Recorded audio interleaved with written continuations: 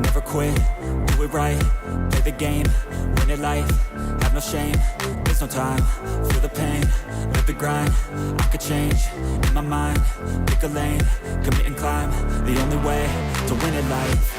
I never miss, that's fact, taking big swings, put your hand to the bat, put me in the ring, you'll go out in a bag, cause I sing what I mean and I bring it to the mad light. Ain't got time to kill, I got time to feel, I took the red pill, I know life's short so I wanna live real, but how's it supposed to feel?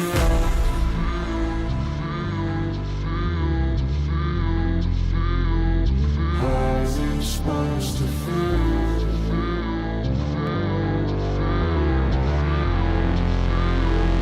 How's it supposed to feel?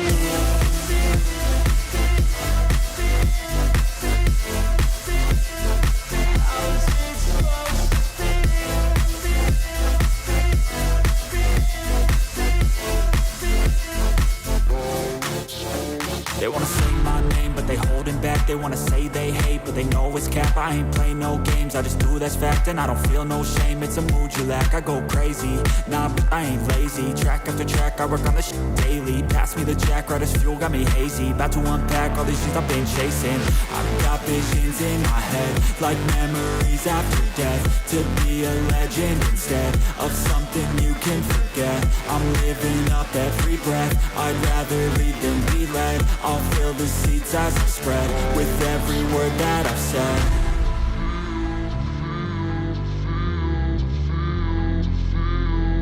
How's it supposed to feel?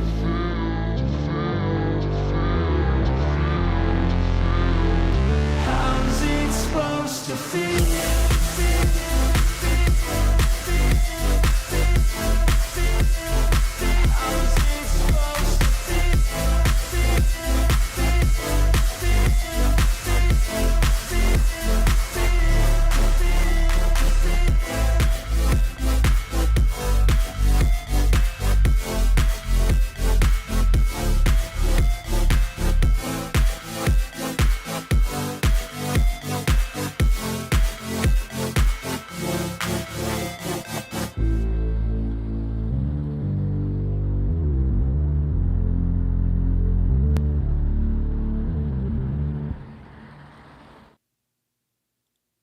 Greetings, fellow beings. Ho, ho! It is a Sunday show. That's right. It's late night culture.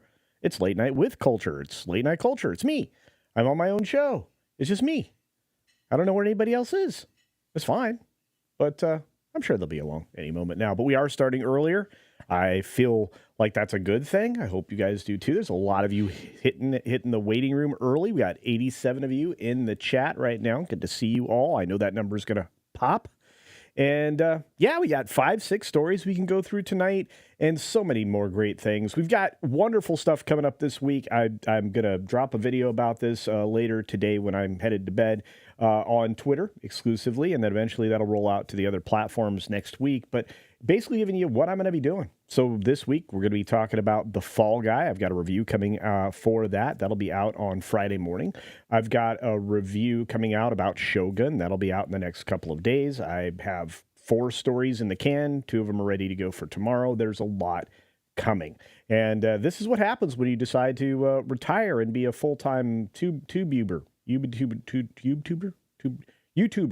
Yeah, like Mexican Iron Man. Full-time YouTuber. Let's see. Who else is out in the chat? We got to say hi to some folks. We got to say some hi to some folks. We got Josh Hammond in here. He says, OMG, Rooster, indeed. Hobo Dumbledore now. Okay, very good. John Sapola, what's up, my friend? Great to see you. We've got FKHC 2005. Good to see you, my friend. We got me and my monkey. Appreciate it. We got Low Spec Linux Laptop, who's been posting some updates over on Twitter. You should check those out. It's fantastic stuff. The Avengers Rising. Have I thought about bringing the boycotts to Apple, Microsoft, Amazon, and the military-industrial complex to bring down BlackRock? Well, BlackRock's kind of hurting right now. They just took another $8 billion hit about 12 days ago. Lots of states are deciding that they're going to take a stand with their pension funds.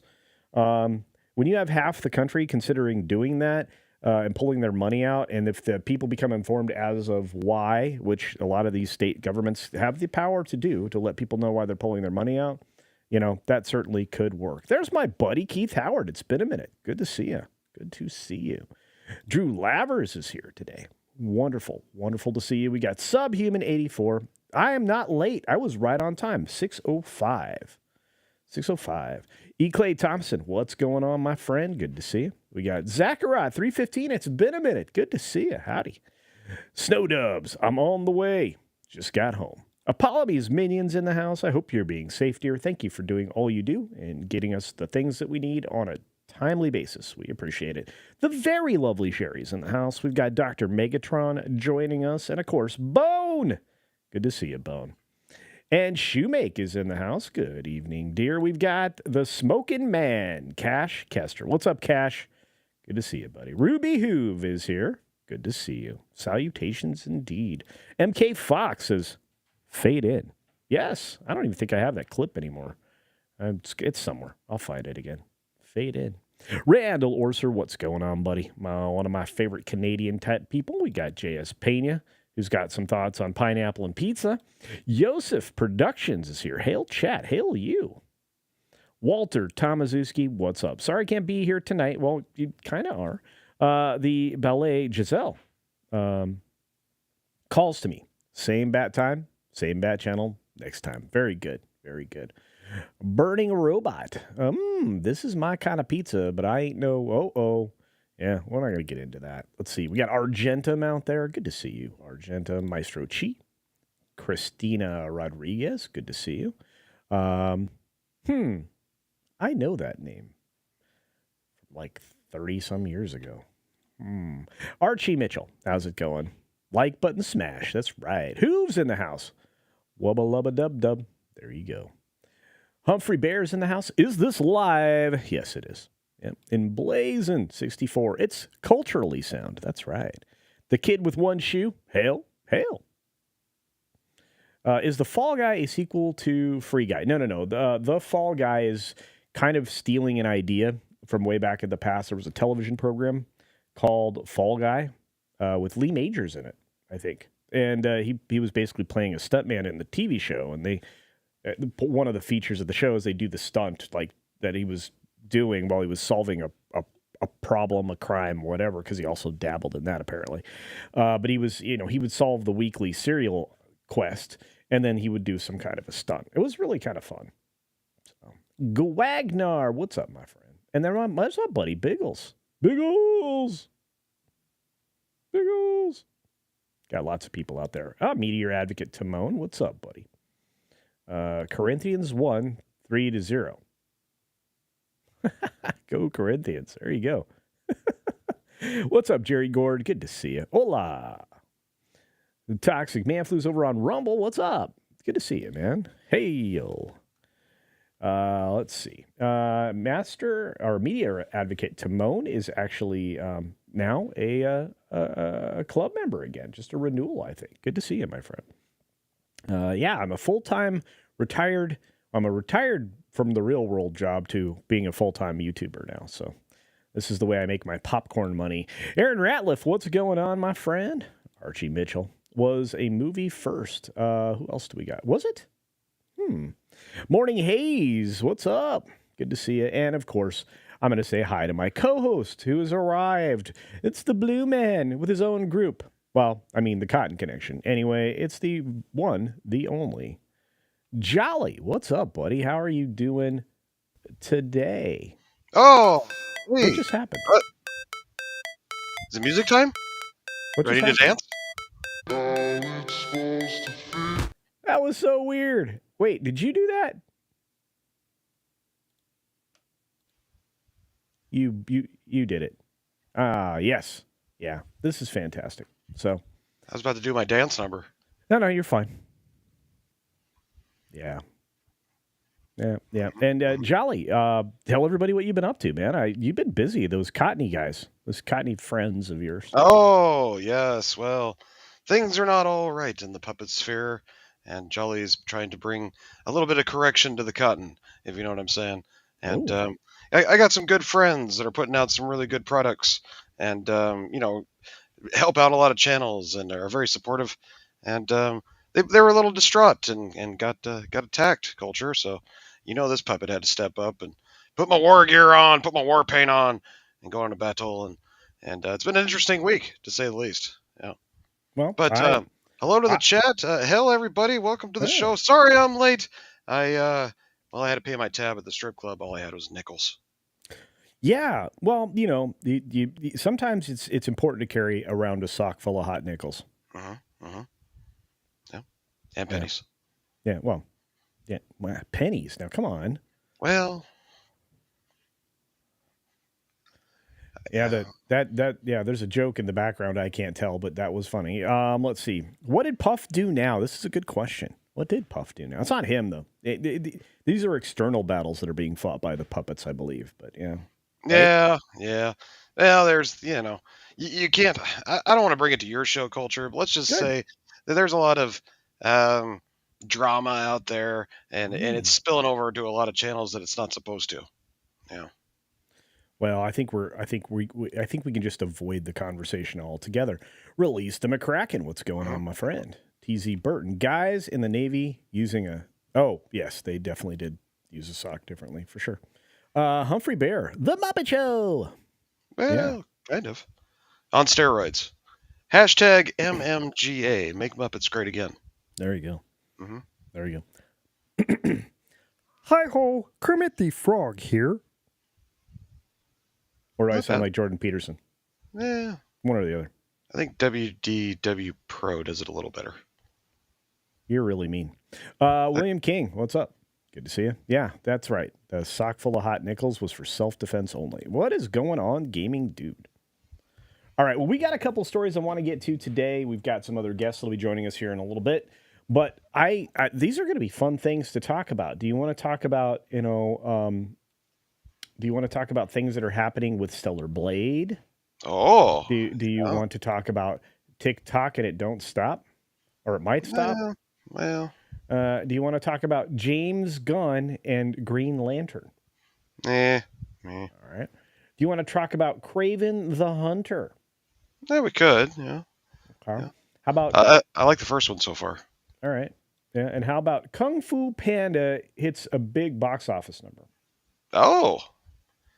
Yeah, I could touch on that too.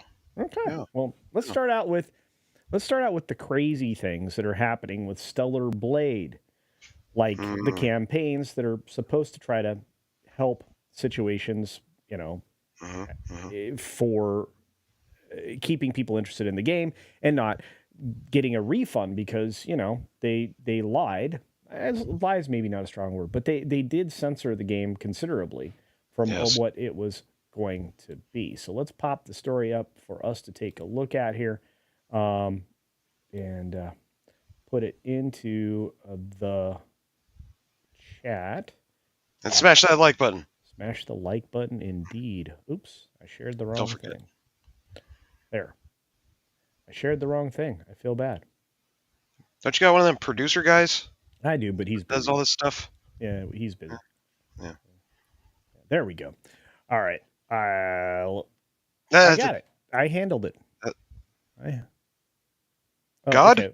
Is that you, God? Yeah, see, nobody else can hear him. It's me, Jolly. Oh, never mind. I thought it was you, Margaret. Anyway. Hope he wasn't watching last night. Jeez. I feel like I'm in the movie Real Genius, and I can just be in your ears like they do to Kurt. Yeah. It's terrifying. The movie. It's terrifying. Sorry. How was the ice cream? It's good. I'm still having it. Goodbye. All right. He's gone. All right. I That's got the producer, guys. That's Toxic Man Flu. Culture. I got enough voices in my head as it is. So okay, that's on. Look, he's helping me out, man. Anyway, so evil individual places a $20,000 bounty on Grums, aka Mark Kern, for beginning campaign to uncensor Stellar Blade. This actually happened yesterday. I watched this happen in real time. And again, this game by Shift Up is always stirred some controversy. I mean, they have like full frontal nakedness in Cyberpunk 2077. There's no such thing in this game. It's just some sexy outfits of, a realistic lady. So former World of Warcraft team lead Mark Kern had a bounty placed on his head after he launched a campaign to uncensor Stellar Blade. Wow. So Kern launched his campaign after the game's official account promised it would deliver the game uncensored. It wrote on X, Stellar Blade offers the same uncensored version in all countries, including the Japanese version. Except the director of Stellar Blade addresses the censorship himself on a video. The game is indeed censored when patched. Wow. So, a number of the game's outfits for the main protagonist, Eve, have been altered leading up to the official release of the game. Kern pointed out in one writing, this is another confirmed outfit centered in Stellar Blade. Original on the left, we're working on changing it back. It's not about inches of fabric. It's about fighting the double standard and getting Stellar Blade customers what was advertised. So here's the outfit that was edited. Oh, yeah. And it was edited. Very nice. So not only were a number of Eve's outfits altered, but the game also reduced its gore content, really. As shown by ex-user Manga Lawyer. A pre-release version of the game shows Eve covered in blood spatter after she killed a demonic creature, Cool. while a post-release version shows the blood spatter significantly reduced. Oh, well, that sucks. Well, it is pretty grody. But I like that kind of stuff, though. That's right up my alley. Hey, those are my kind of games. Yeah. Shout out to Mac Draws, McKinney Draws. He's been live streaming, playing this game, and I got a chance to kick back and watch a couple hours of it with him, and it's fantastic. It really looks good, and I'm guessing if you buy the physical copy, which I always promote culture because I am a physical copy type of puppet, and if you get that, I think there's a way around this BS. Like you don't have to put the patch in or something like that. I think it only happens if you download it. So there's that. You can look into it more, folks, but there is a way. Where there's a will, there's a way. Well, I have to say that I just feel like we were cheated. And that's not a good thing. So anyway, following these changes that were made, Kern launched an 8-step campaign to get the game restored to the original version. He shared on X the plan to get Stellar Blade censorship removed. Contact shift up offices send physical mail as it carries more weight in Asia. That's true. He also encourages players to email shift up and for players to cancel their PlayStation Network subscriptions and let PlayStation know about it using the hashtag Free Stellar Blade. He also encourages gamers to sign a petition he created calling for the original game to be restored. And as of the time of this writing, which was yesterday, the petition had over 18,000 signatures. So he's got it all laid out here. You can follow the entire 8-step plan. So in the wake of announcing that, Kern has received a number of bad things, death threats. One individual who has since deleted his account appeared to put a bounty on Kern's head for $20K. Oh, come on. And it says $20K to anyone that makes this dipstick disappear. And I cleaned that up, folks. That's promoting violence. I had my account shut down for telling, Clinton to take a small step off a tall building. Yeah, anyway. Easy. Sorry. Easy. Anyway, yeah. But yeah, no, I'm just saying it's BS that some of these guys can get away with this stuff. You know what I mean? And others can't. Mm-hmm. Yeah. And Kern reacted to the post writing saying, now they want to hire hitmen to take me out. What did I tell everyone? They want you dead over game tweets. I've had 4 or 5 calls for violence today alone. But because I'm asking for Stellar Blade to be restored to what was advertised. Yeah, that's not just, this is the person that did it. But guys, it's right here. Tone Man. This Tone Man person. They deleted their account. Wow. Well, serves them right. Yeah. I wonder who that was tied to. Well, he also added, this guy broke federal law and put a bounty on my head for tweeting about Stellar Blade. My take, those are rookie numbers. My favorite anime character is far more impressive. Wow. Nice. Yeah. Well, wow. culture, It's Vash, the Stampede. I got some bad news. See, PlayStation's been doing this for years. The first time I remember it happening was Manhunt. If you guys know that game in the chat, came out on the PlayStation 2. Very controversial game, very, very graphic, and it was all about a guy that basically was forced into a game where he has to go around and kill people, right? So you have to do a bunch of stealth and stuff like that, and like I said, very graphic. Well, it was a smash hit, the first one, but Right. of course there was backlash, and this is back in 2005, 6 maybe, somewhere in Okay. there, maybe even Right. 4. And so when they put out the sequel, Manhunt 2, guess what they did? Right. I don't know. What do you think they did, Culture? I don't know. What did they do? Well, there was so much pushback on the graphic violence of the first game Right. that instead of taking those kill scenes out of the second game, what they did was make like a filter that went on top of it, and a really washed out filter, like kind of like a black and white patchy. Anyway, it completely ruined the game. Nobody bought it. Everybody was mad. They lost all kinds of money. Hence, no Manhunt 3. And so this has been happening for a while with Sony. They need to just pull themselves up by the bootstraps, because they're a good company. They put out good products. I've been buying PlayStations for years. I love a lot of their games, and I wanted to see them succeed. So hopefully they can take a little lesson from this one and maybe turn things around. You know, and put out another Tenchu. Been dying for one forever. There you go. There's my spiel. All right. Well, I appreciate that and for informing me on something I didn't know anything about. But I do know that, clearly whoever did this was, not a good person. And this is not a good, this is not a good thing. Yeah, let's drop in to have a conversation, because we just have another panelist that's joining us. It's the one and the only Jacob from Society Reviews. What's up, buddy?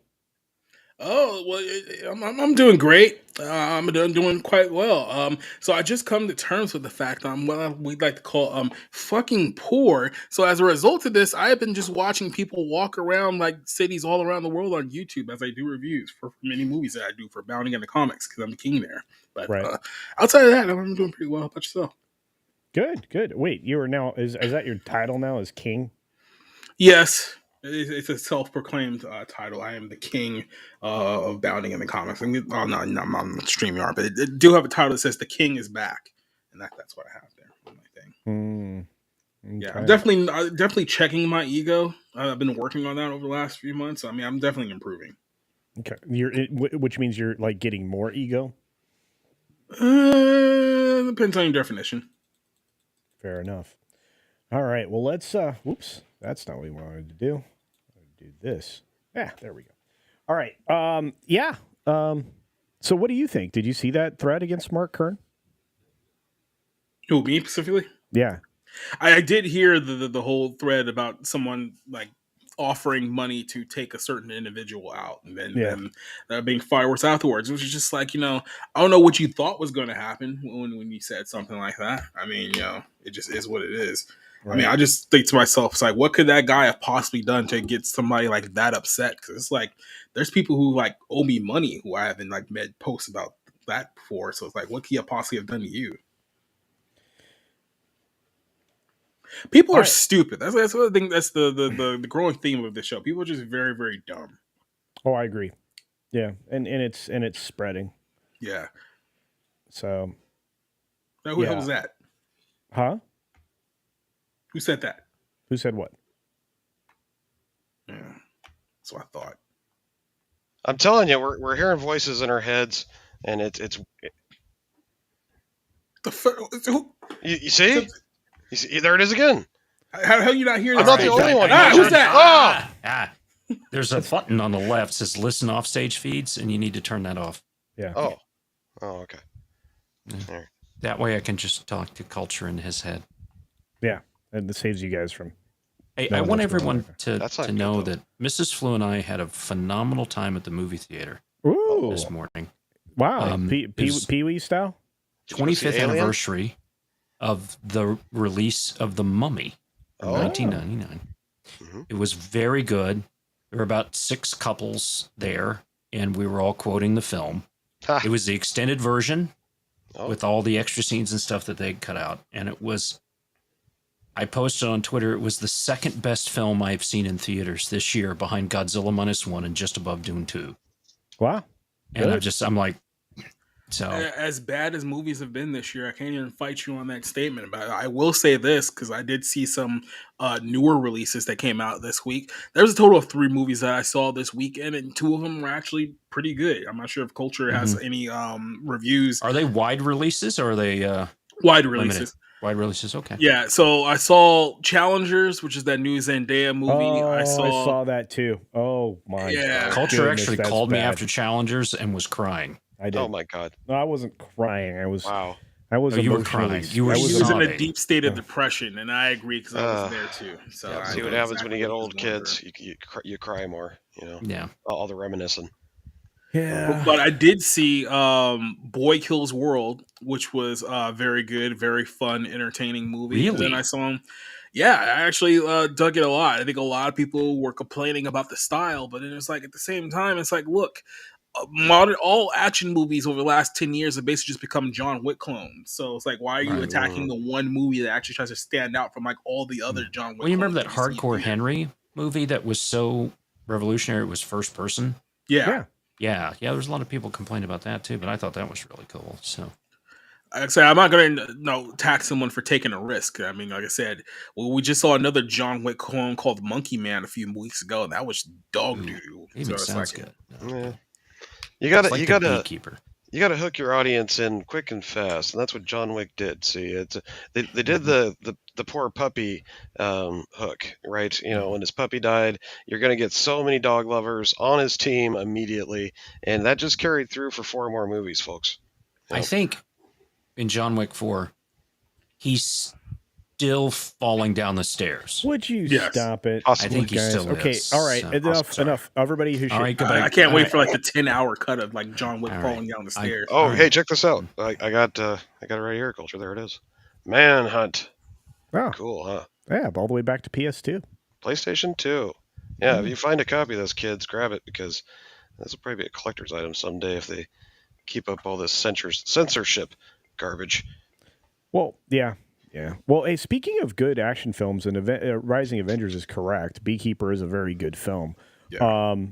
But again, all Jason Statham properties are, a pretty good time for the most part. So, He knows his audience at this point. yeah, and he sells to them. Six says late night culture. The sun hasn't even set yet. Well, I don't know what to tell you. It's summer. I vote we do good evening culture. I like that Okay. one better. All right. Well, Yeah. I'll work on the name change. Is that like Toxic- Good Eat Day, Miss Bliss, or like what was the name of that show? I don't know, but Toxic Good Man- evening culture. You know, it's got a ring to it. I don't know. I actually, hang on. I'll do it later. Toxic Manflu says you're correct, Six, but Culture Casino is old, and that means after 5 p.m. is late night. Thanks. And finally, Six says late night culture, where culture pops a Geritol and eats a bowl of prunes before bed. Okay. All right. Wow. Everybody had some fun. Is that true? Had fun. For somebody that asked earlier in the chat, doesn't Zendaya at least get naked? Let me tell you this: if you're going to this movie thinking you're going to see some hot, You won't see anything. sexy action with a former Disney Channel star, you will be sorely mistaken. There is a lot of dude and man action in this film, so remember that. There is, and I put this out of my mind because I've been in locker rooms most of my life. That you have a locker room scene with the dudes. So if you're into dudes and you want to see some full frontal dude stuff, Yeah, if you want to get a taste of what life in prison is like, then I'm pretty sure you might get some. I think I'm going to pass. Thanks. all right. Mm-hmm. Yeah, but it's Anyway, it's a waste of time and money. It's 2 hours and 12 minutes of your time you're never getting back. $55 million production budget. Culture. Yeah, I know. Actually, it was a little more than that, but that's what they reported the budget. And what's funny is it needs to make like a lot of money to break even. Like, I mean, it's like Amazon and MGM are the ones that put this thing together and with their new thing. Well, like I said, it's all kinds of once bad. all the dudes find out that it's basically a gay love story, it's like you just lost like 70% of the audience who are going to go check it out. What's funny is she's like, well, I don't want to be a homewrecker. That's an actual line. Yeah, I'm not going to be a homewrecker. I'm just going to be a giant bag of douche. She is.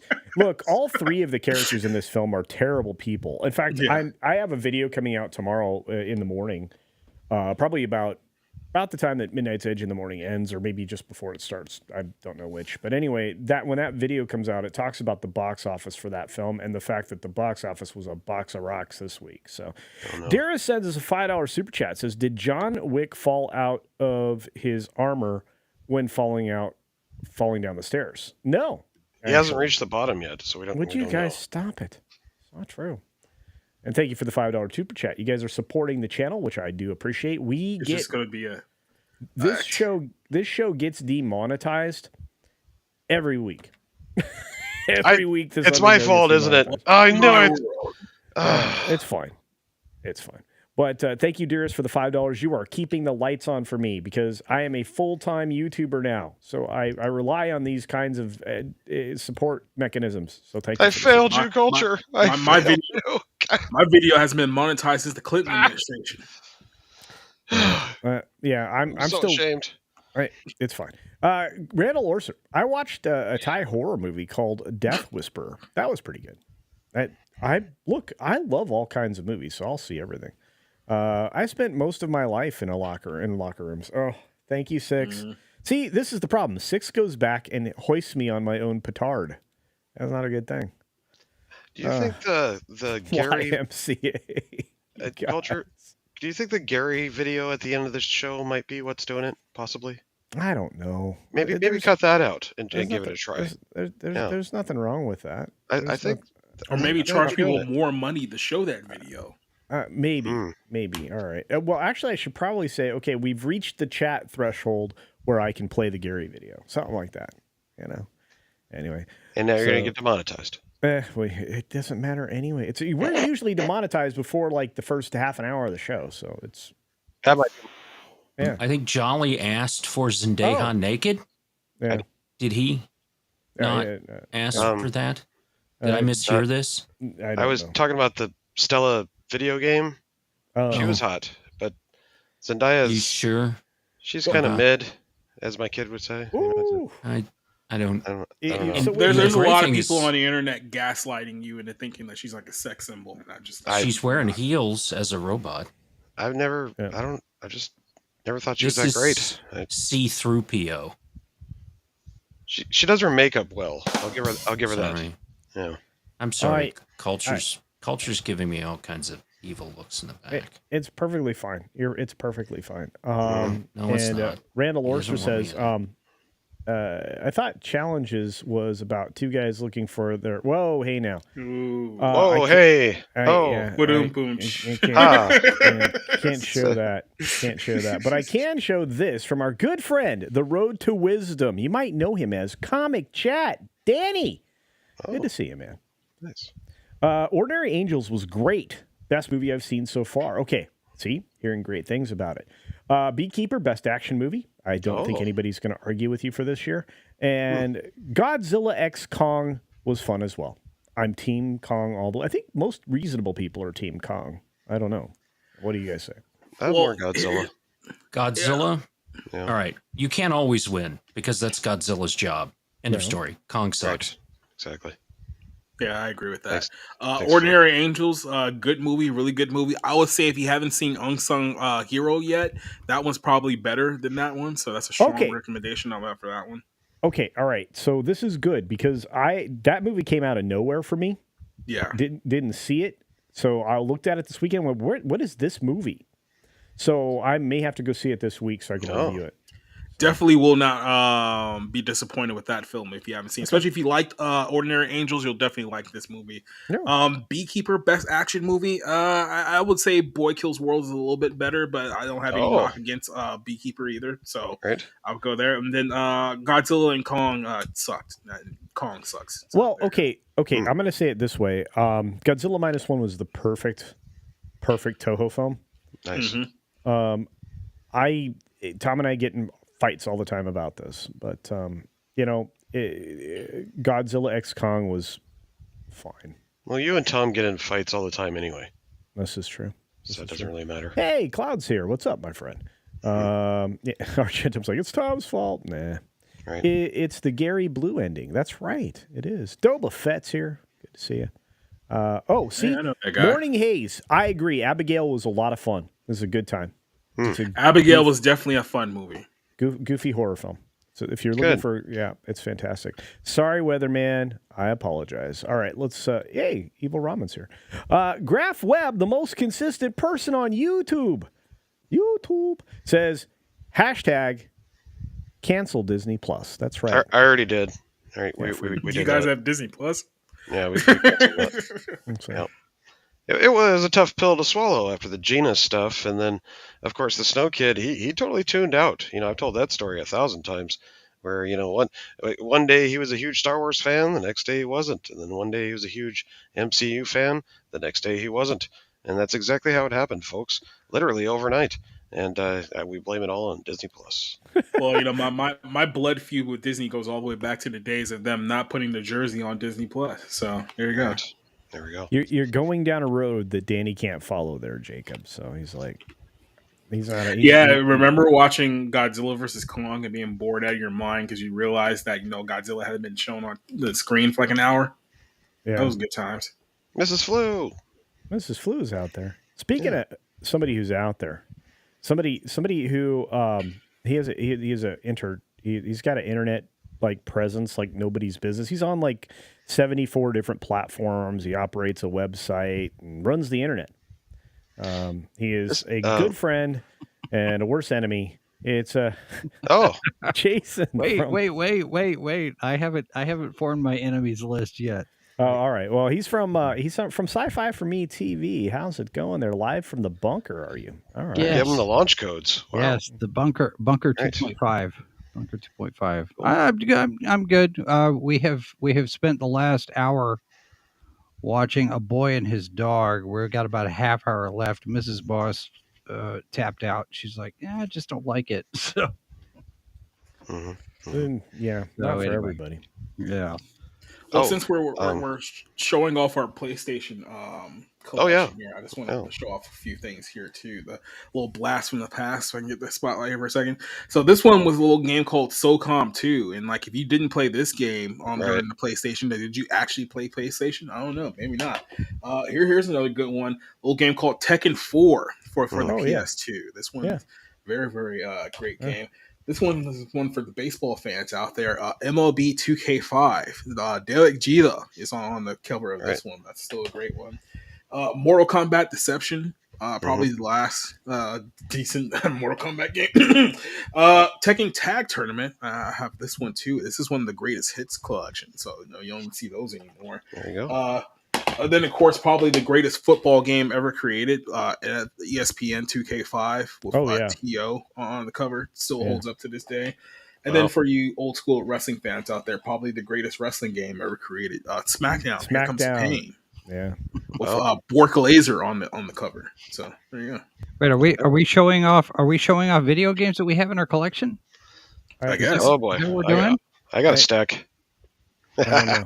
I'll have to go get my box. I can run do that real quick. Hey, you just the old school ones. Yeah, like PlayStation 2 or 3. PS2 or 3 games need to only apply, or even original Xbox or. I got Atari 2600 cartridges. What are you talking about? Oh wow! Jolly said he got a stack and nobody did that's what she said. Right. Thank you. Sorry. Thank you. I got it. I got it. I got your back, Jolly. Appreciate you. Yeah. Shout out to Mrs. Flu, by the way, part of the Cotton Connection. You can check her out over on Floral's channel every Wednesday night. That's right. That I don't know what she's screaming in the background at, but if you really want some good wholesome entertainment on Floral's the From Under a Rocks channel, watch Mrs. Flu try to play Fortnite. Oh my god. It is an irate specialist is putting together some shorts. Is some of that stuff. There's one I'm still laughing at, where she was trying to get everybody else to work through StreamYards in the chat, and she's just like, "Hello, hello, can you hear me? Hello, for like 2 hours. It was phenomenally funny. But anyway, I will go away now and try not to get hit in the face with meat first. Okay, sounds good. Thank you, Talk. Speaking of Oh, thank gee you, whiz, Talks. you don't have to like kick me off like I'm some kind of leper. No, Man. I'm not kicking you off. Okay, whatever. Fine. You're the producer. Okay. Wow. Toxic Man flew for $2, producing and ponging, apparently. He says, Pong anyone? Yes, back in your day. That was Way back touchy. then. That was kind of touchy. I don't know. Oh, okay. Oh, you think I have a problem with my producer now? I don't think so. No, I was talking about Pong. Glinzer. PS2 is legendary. Twisted Metal Black. Gears of War 2. NBA Street V2. And SSX Tricky. I like the original SSX, but I'm weird. Enter the Matrix is also another underrated game. However, I can't play as Jada Pinkett Smith anymore, so that part kind of sucks. But the game That is kind of a bummer. Right. Toxic Man Flu gives 5 Culture Casino memberships. Thank you, Tox. You're a good man, Charlie Brown. I appreciate it. I should play a clip for you. What clip should I? You still got clips? I have a clip. Here we go. It's been a while. Oh my God, the cockpit. There you go. That was nice. Well, thank you. Was it though? It wasn't. Anyway, thank you, Tox. I appreciate it. Top Gun's a good movie. It is. Yeah. It is. So we got some more stories to choose from, and now that Jacob and Jason are here, although Jason stepped away to collect things from his game closet. I'll show my stack at the end of the show. Okay. I don't think we can get away with that on YouTube. No, my games. Oh. Well, I mean, Gavin did it once, right? So we should be fine. No, I don't know. I never want to see any of that ever again.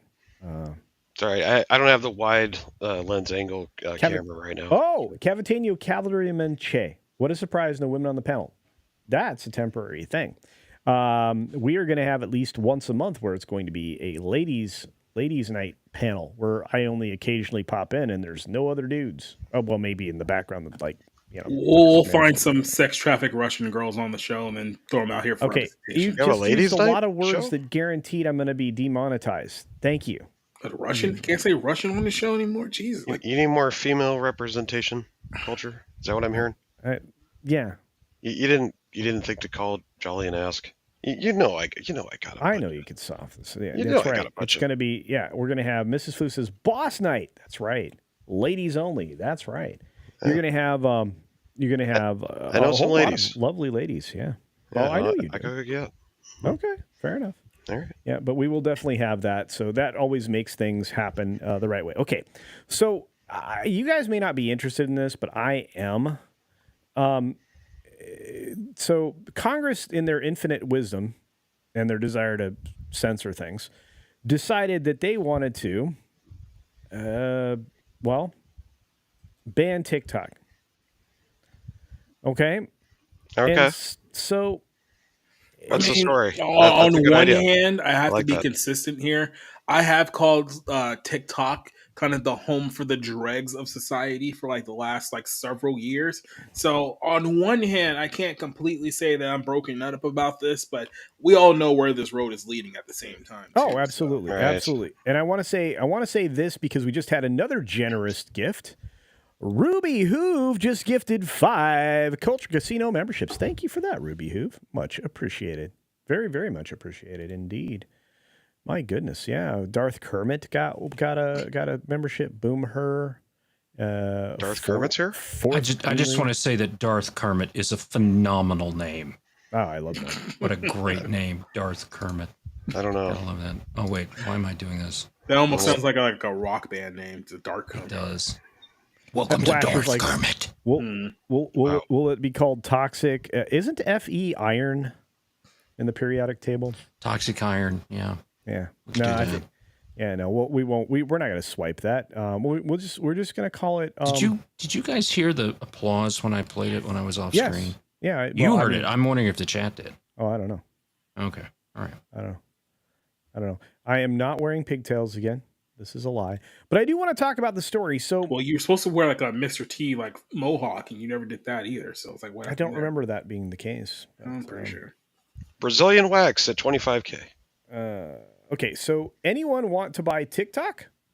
On this episode of Vergecast, which is, I guess, a show that Verge does, but anyway, they said the $100 billion sale coming soon. Rabbit R1, Tesla earnings, etc. So they talked about a bunch of stuff, but here it is. It was going to happen, and then it wasn't going to happen, and then it happened. The U.S. Congress passed a bill that would either ban TikTok or force it to be sold, and then President Joe Biden signed it. So what now? Yeah, he did. So what now? TikTok could sue and win and go back to normal. TikTok's owner ByteDance could just decide to shut it down and move on. Or it could sell TikTok US. Those are really the only three outcomes, and we have a year or less to figure out which it's going to be. So they talked about that. Now, I really just use this as a precursor to have this conversation. Should TikTok be banned? I mean, what are we banning it for? Are we banning it for being, like I said, the home of the dregs of society? Are we banning it for being like a Chinese spy app? Like, there has to be like a good enough justification to like ban it. And I don't know if we've heard a good case for that justification just yet. I mean, I just ban it because it sucks. But I mean, that's also not a good enough reason just to ban things, because I could ban a lot just by saying it sucks. It's true. I think that if you're banning it, you want to be explicit about why you're doing it, and I don't think we are. We know that they've mentioned that it's got a national security threat. We know that governments, state governments, and the federal government are banning it from devices, official devices. There's a reason that they're doing that. Okay? And we've heard many times from many sources that it's because it's spyware and it's basically spying on the American public. To that end, it seems like it'd be pretty easy to just say, for national security reasons, we are removing this platform. What? Why are you laughing? I'm sorry. I'm just like visualizing like, two Chinese spies just watching TikTok videos all day, just thinking that this is their only view of like how Americans are. And oh man, all the Chinese spies have to do is talk to Eric Swalwell. True story. I mean, but he's just a honeypot. And I just want to say, hey, Low Spec Linux Laptop, thanks for checking up on us over on Rumble. We did get a member chat I didn't get a chance to highlight from Corbin Dallas saying, hail, greetings, good evening, and hello. Hello, my friend. But, to that end, and this is I'm going to get to Six's super chat here in a minute, but to that end, I mean, aren't the majority of apps, as somebody suggested in the chat, aren't most of them spying on us? I think that's Dr. Megatron that said that. I think all of them are. Yeah. Mm-hmm. Mm-hmm. Yeah. Pretty much. Yeah. Pick your poison, I guess. I know a lot of people that did well on TikTok. I guess it's got its purposes, I suppose. But I never really got into it. I can't do the whole flippy flop thing over and over again. It reminds me of being 13 and flipping through the channels when you're a kid, through your cable channels, flip, without taking a minute to see what's actually on, That's what it reminds me of. So TikTok, we'll see. You're getting into the political sphere a little bit there on that one, Culture. And well, maybe. There's a lot of politicians that really want it gone or banned. There's other politicians that don't. And it's kind of going to be up to them when they fight it out and decide what's the ultimate decision. But I believe if they sell it to some kind of American company or something, then they won't ban it. That's what I hear. The developer has already said he's not going to sell it. Oh. ByteDance? Yeah. Yeah. So ByteDance has doubled down. They said, well, you can fine, ban us. So. Fair enough. I wonder what VPNs will do for that, because if you're not, quote unquote, if you're not in the United States, do you still have access to it? If you're on a VPN, once the ban goes into place. The question is, where do they ban it at the store level or the marketplace level? See, that's and now they're trying to like make it the marketplaces like open up as well. So And what do they do to the the Apple or Android tax? What do they do for all the people who've already downloaded it and installed it, have an account, they're creating content and all of that? Well, those people just lose out then, I guess. But we have a guest in the back that probably could weigh in on this, somebody who knows a thing or two about social media. It's Comics Division. Hey, Comics. What? You don't know anything about social media? I don't know. What's social media? I'm starting Chinese spy on you. I'm starting to call it socialism media. Yeah, well, I mean, you're not that wrong, man. Yeah. You're not that far off from the truth. At least in most instances. But as far as what? I mean, like what's going on with TikTok and the fact that they're basically like telling us to pound sand? Yeah. I mean, if TikTok went away, as Weatherman says, Weatherman wouldn't notice. I think there's a lot of people like me. I wouldn't notice, except I think a lot of our people in our generation probably wouldn't notice, but I think the younger generation would be shitting their pants. Yeah, I think so. Oh no, not the younger generation. Question mark? Right. Question mark. Let's grab a couple super chats and then we'll move further into this. But Six for $5 sent one that says, "This one's late because I was driving when you said it." She says, "This show gets demonetized every week, so please send super chats." Well, that's not. I don't know if that's exactly how I said it, Six, but I guess that was the message conveyed. Wow. Well, I mean, it's true. We do get demonetized every week. And Google is not spying on you. It says Dung is fun for $2. I totally not spying on you. Yeah, I think that was sarcasm. They totally don't have all your data and your email and all your documents. That's all. It's fine. Everything's fine. Don't look. They don't have the burning house meme to go with. Yeah. It's fine. Everything's fine here. I can deal with this. Yeah, it's fine. All right. So, okay. So summary judgment. TikTok going to get banned. TikTok's not going to get banned. Is it too far away for us to care? Would we care? Anything? Is that it? Dude, that's a really good question. I'm not going to say never in this instance, but quite frankly, I will actually be surprised if it does get banned. I say just let it play out its cycle. Everything kind of hits its peak and then comes to an end. Like, you see MySpace is pretty much dead now. Of course, Facebook, I think it was by the year 2030, there'll be more dead people on it than alive.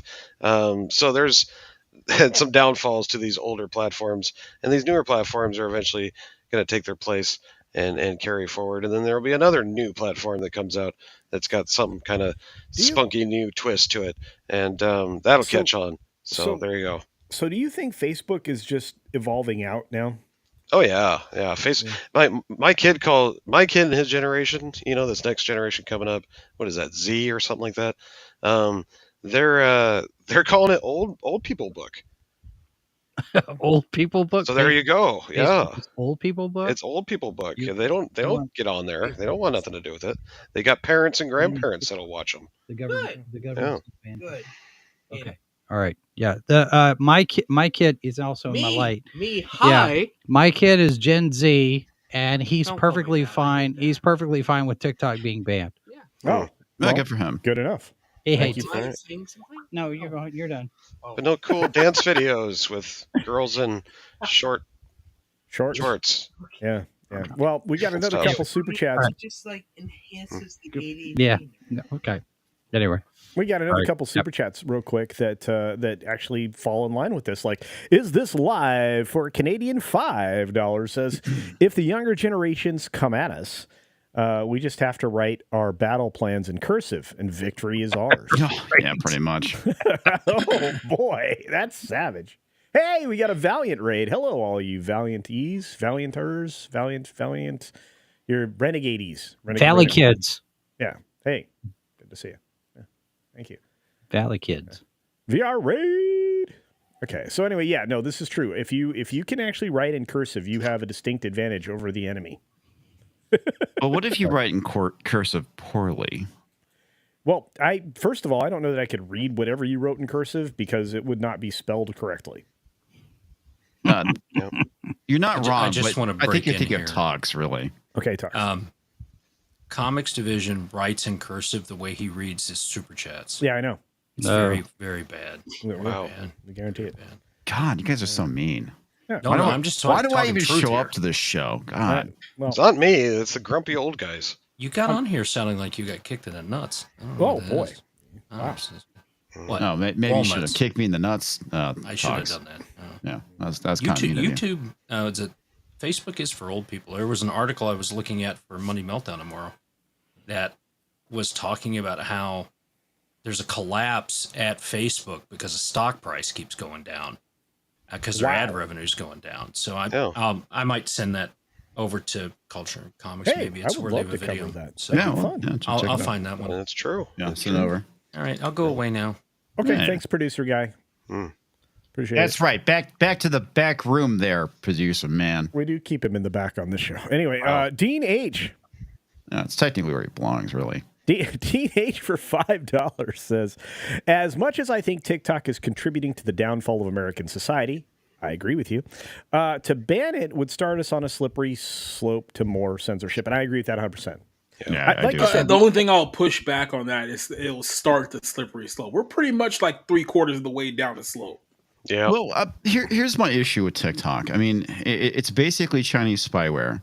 That's kind of like my main reason. Well, Right. not the fucking ideology shit that they're indoctrinating children with, Right. which I find pretty harmful. I mean, there are instances where censorship can be good, specifically when you are banning a tool that's basically from a foreign enemy, right?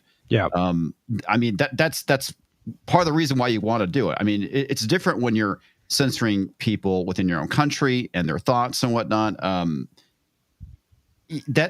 think there is a very distinct difference. But you are correct that they will just use this as a reason to go after Twitter next. Well, they just go after everything. Yeah, Of course. I think Twitter is probably the more likely target of all of this at the end of the day, because it's the free speech platform. Yeah. All of the other social media platforms have gotten in line and are playing. Well, I wouldn't say they're in line. They basically have government assets embedded within them. Yeah, they cooperate. They cooperate with the State Department and the intelligence community, and they don't have that much a reason to worry so much, at least until November. And who knows? Who knows what the United States is going to look like come November? Well, the thing with X is Musk has just as much money as they do, so he's always going to probably be able to fight him back. So I think X/Twitter, whatever you want to call it, Twix, I think it's safe for now. But yes, after November, things could change dramatically one way or another. So we'll see. Yeah, we'll see what happens. I want to say thanks to Dean for sparking that part of the conversation, because I agree with you 100%. I think that the ban would be worse than what we were already dealing, and it'll make it easier to do the same thing, which is kind of what Jacob said. But at the same time, I'm starting to sound like Jolly. I think, look, if you're going to ban it, it needs to be for a real reason. Like, this is a national security risk. Yes, 100%. And Absolutely. if it's not that, if you can't just come out and say that and irritate China, which we don't seem to have a problem doing, by the way, right now, then leave it alone. Let the kids be dumb. I mean, they're going to go through their life dumb, and we'll have a lost generation of dumb. It's just good. That's just the way it's going to be. I think we have two generations. We got millennials and Gen Z that are both affected by this stuff. Social media damaged them, and the pandemic broke them, and they have not recovered yet. Look, and I'm not generalizing. For those of you who are young people and you're watching us right now, you clearly don't belong in that category.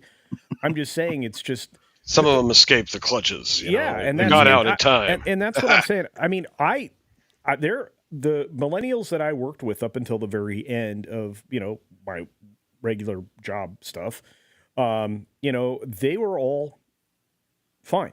They were not affected by the social media pollution. I mean, they still used it occasionally, just like I do. I still use Twitter, but they weren't like had their brain rot away. And obviously, none of you out there in the audience have either. So I just appreciate that. I just didn't want anybody to take that personally. Speaking of taking things personally, Cyrano, $29.60 for $5 says, just came over from Valiant Show, got some Cuban sandwiches. Dang it. Any takers? I love Cuban sandwiches. Why everybody tries to make me hungry when I'm streaming with the Cuban sandwiches? This is now an ongoing bit with Pro and That Park Place and everybody. And we do talk about Cuban sandwiches every week. It does happen. Yeah, let me see if I can find videos with like a crayfish boil or something like that. Are they made from authentic Cubans? No. It's pork. It's this beautiful pork. Long pork? Comics, are you saying that Culture Sandwich found its way to the United States on a driftwood raft? Wow. Well, yeah, that's one way of putting it. Okay, I'm just trying to clear that up. I was just trying to make a cannibalism joke. So, well, I get it. So, okay, all right. Wouldn't that be a Haitian sandwich? It's a Haitian sandwich. Well, it could be a Haitian sandwich. That works too. Right. But that is you said Cuban sandwiches. Does it have real Cubans in it? I hear the Haitians did invent manwich. So. It's all bad jokes. Oh my! There you are. If it's floating out in the water that long, I hope you didn't get it toasted. It's a soggy sandwich at that point. Okay, so I just want to say thank you to Scott Westbrook for 5 Culture Casino memberships. Thank you, Scott, for keeping the channel alive, keeping the lights on, and keeping me in coffee, because I need coffee and tea too. Thank you. And Cyrano, thank you. And you guys, thank you. And thank you to Eric K for $5, says, the congressman who introduced the TikTok bill bought over excuse me, I'm sorry, I misread that. I need to go to Comics Division's Schools of Reading Super Chats Gooder. Yeah. Anyway, TikTok bill for over $1 million in shares in a competitor weeks before he introduced it into pass. I think I saw that, and thank you for that, Eric K. You are 1 billion%. Correct. There's a lot of things in the back. Producer guy, handle that. Well, 1 second. And yeah, handle the things that are being shared, please.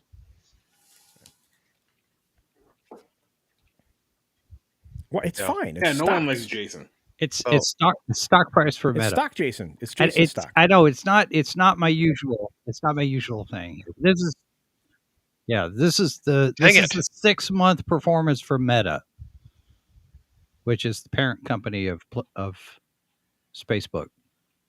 Spacebook? Wow. Fascist book. Yeah, that too. Is that better? All right.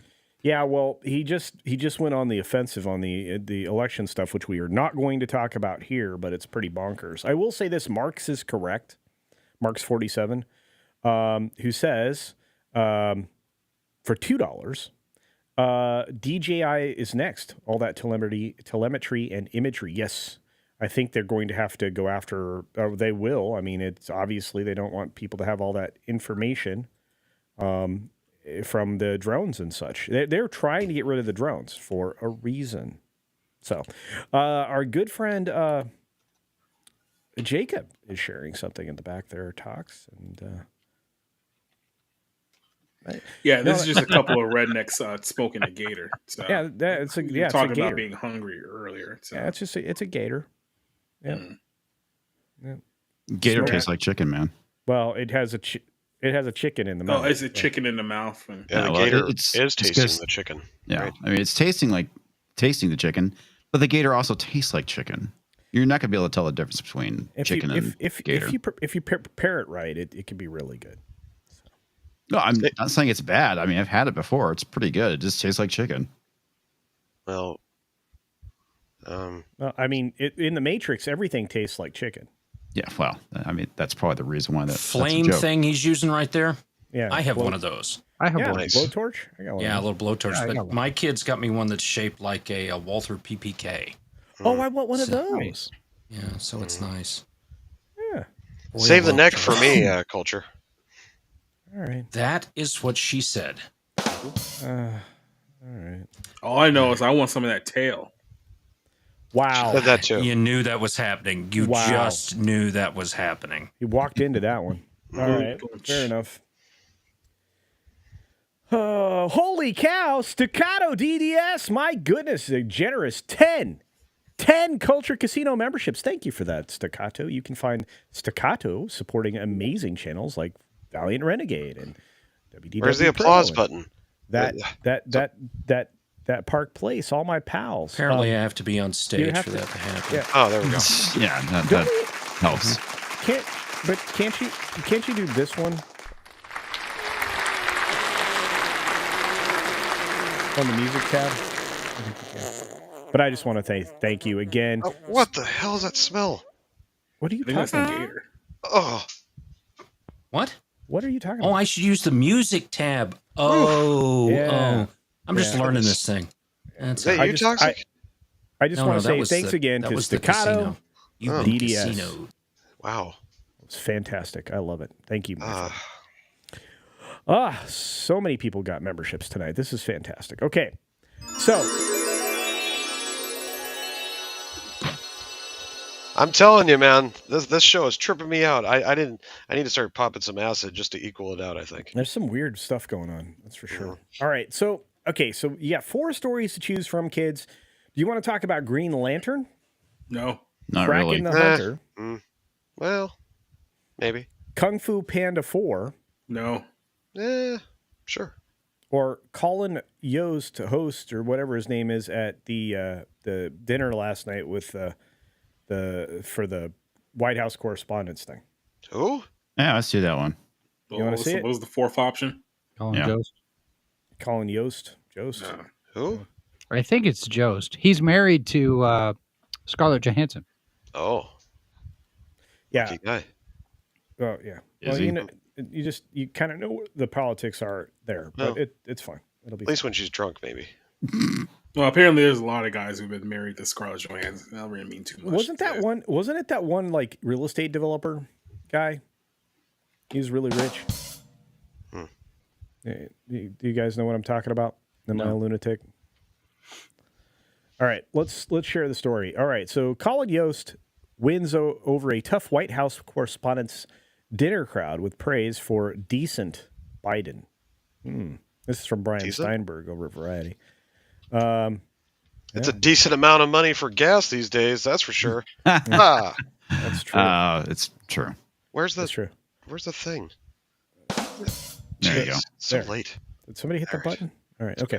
So you had to hold on till the end. Saturday Night Live comedian Colin Yost delivered a mixed bag of Trump zingers, media jokes, and Biden age-wise cracks in front of a demanding crowd. Yost finished the remarks by telling Joe about his 95-year-old grandfather, a longtime fireman on Staten Island, who voted Democrat in the 2020 election.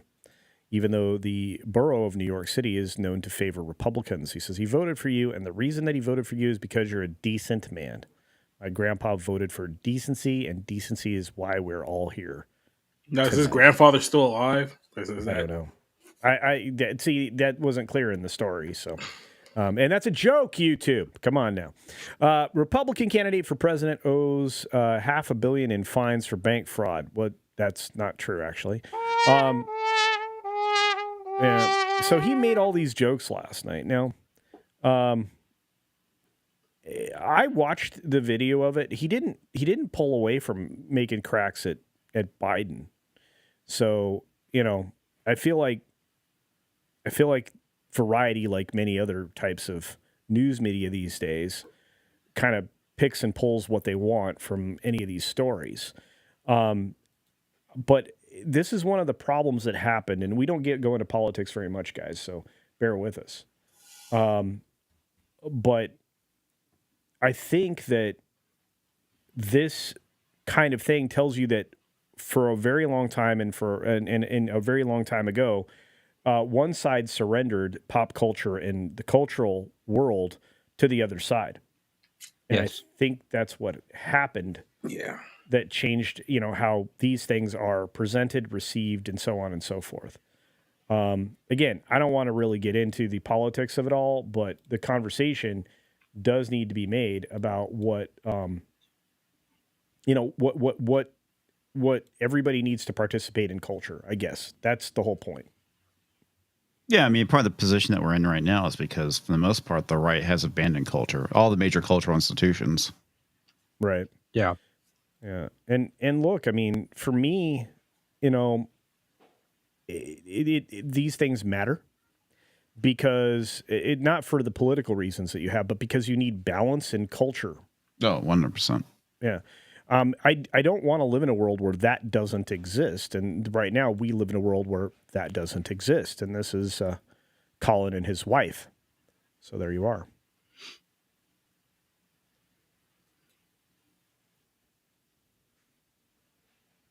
And we're all just quiet. You know, I have seen in multiple places that a way to a woman's heart is to make her laugh. Yeah. So, maybe he's got the jokes, folks. And a way to keep a woman is to make her go, "Oh, that's big." And I'm out. Ironically, that was funnier than the joke that he actually told. Yeah. Hey, I want to say hey to Vic Fontaine over there on Rumble. Thanks for being there. We are on Rumble, folks. We are on Twitter as well, live. Thank you. Welcome to all 445 of you currently watching. We have we have another super chat I'm going to get to here real quick, but we also have another guest, a man that needs no introduction. He's wearing a very red shirt. Look out. Yeah, and normally I would say, here comes the Spider-Man, but in this case, here comes the Tom Connors. Hello, Tom. I like turtles. You know what happens to red shirts? Yeah. It's a myth. You think so? Yeah, somebody did the study. It's actually, I think, more gold shirt. I think the official count for is gold shirts have. Is it gold? I was going to say, yeah, it's not red, but it's yeah. All right. Hi, everybody. We got another super chat. I want to say thank you again to the people who've gifted memberships tonight. You are amazing. Oh, in his speech, he stated that his grandpa had passed. Thank you, Dice Media Group, right on top of that comment. I should interject. My uncle on May the 11th is going to be 99 years old. Oh, that's awesome. And he's still alive and still kicking. Look, well, okay. Yes, he's going to be 99 years old. Yes, that's a good thing. Doug is fun for another $2. Says, I guess his jokes weren't coming from Chat GBT. GPT? Chat GBT. Chat GBT. Oh, I think Doug is fun is using voice to text, but yeah. That's funny. That's very funny. Oh, goodness. All right. Yeah, I killed the show. Good job. I showed up. I'm here. I don't. All right. Well, I want to say this. There still are good things in the world, and some of them are still funny. And okay, that was funny. But when I look at this, I'll say this. Kung Fu Panda 4 did far better than I thought it would. And it is one of those film franchises that I think has some longevity to it. Did it make like a whole $5 at this point, or what? No, it made over go back. five. There was a part 4. Yeah, it made over $500 million. $500 million. And I guess Challengers is going to open in a few more markets, but it's not going to help it. And we'll talk about that tomorrow in a video. But so Kung Fu Panda crossed $503 million worldwide. That's amazing. 318 million of that was offshore money. So that really does raise the benchmark for animated titles. You got all these amazing numbers from these franchises going through Illumination that they're just kicking Disney's butt. Do you guys think that Disney has a chance to even come in first place? No, not this year. What? Yeah, we got nothing coming out. So the series of films, the series of films out there has already topped the $2 billion mark globally. That would be all the Kung Fu Panda films. It's the 7th highest grossing animated franchise of all time. Yeah, and DreamWorks Animation. This is the cool part. DWA, DreamWorks Animation, has the most animated franchises above the $2 billion mark, with Shrek, Madagascar, and now Kung Fu Panda. And you just wait for the next Super Mario's thing and the next Minions thing, because the next Minions thing... Wait, does Disney have anything in that club? Toy Story, maybe? Toy Story would be in there, I think. Would the Frozen stuff be there? Well, I don't know. I don't think so. Isn't it amazing to Frozen think that 1 and 2 are billion-dollar films, from what I remember. Okay, Marvel's Spider-Man Across the Universe. That's Sony, though, isn't it? Yeah, Sony Marvel. That's So Sony. that's not Disney. That didn't make no $1 billion. second one? Universal. Neither did the second one. Oh, by the way, the Fall Guy already opened in 38 markets. We haven't seen it yet. So when it gets here next weekend, it'll already be out on the piracy sites. Oh, goody. That puts Kung Fu Panda 4 in the number 3 spot behind Godzilla X and Dune 2. Thank you, Vic. Vic's on fire. Thank you, bud. Appreciate it.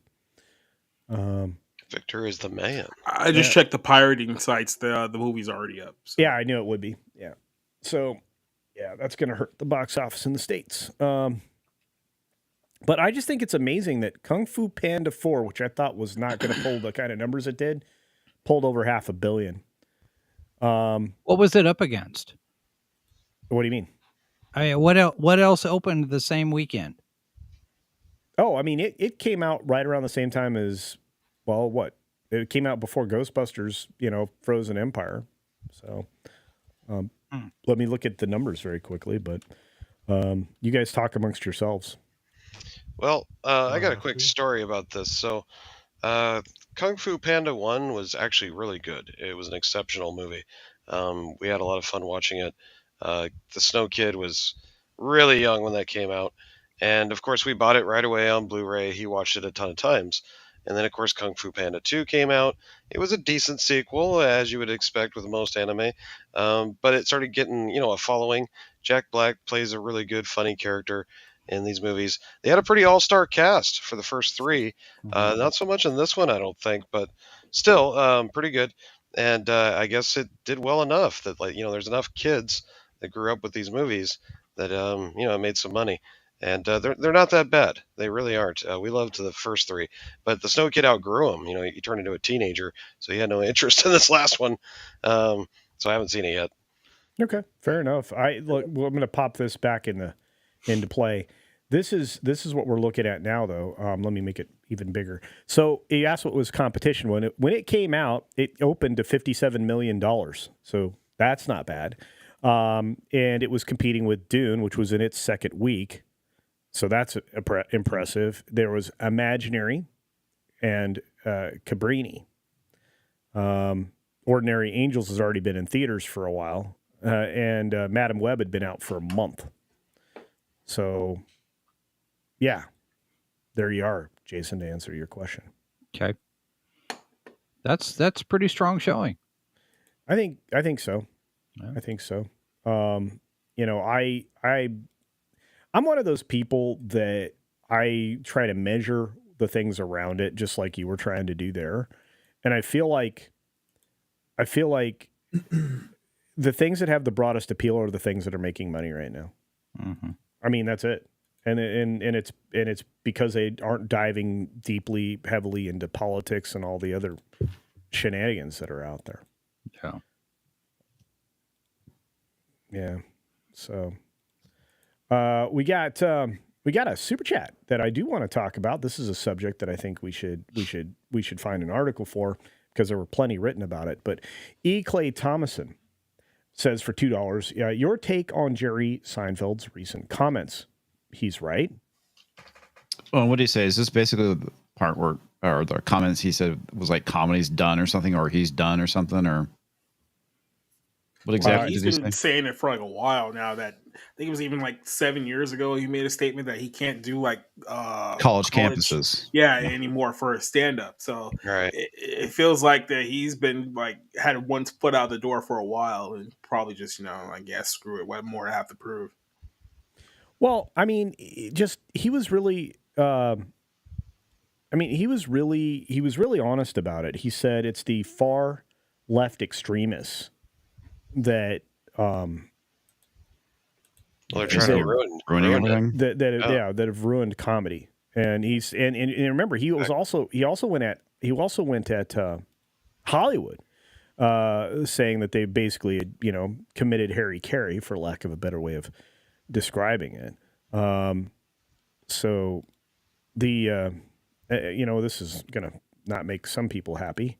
But the story I'm picking up is from maybe a news source not a lot of people dig. Oh, there we go. Actually, that's better. Hollywood and Toto. Hey. Man, they're good. Yeah, he is. Christian Toto's awesome. Yeah, so it says, who's sharing this? And if whoever it is should read it. So I think it's Tox.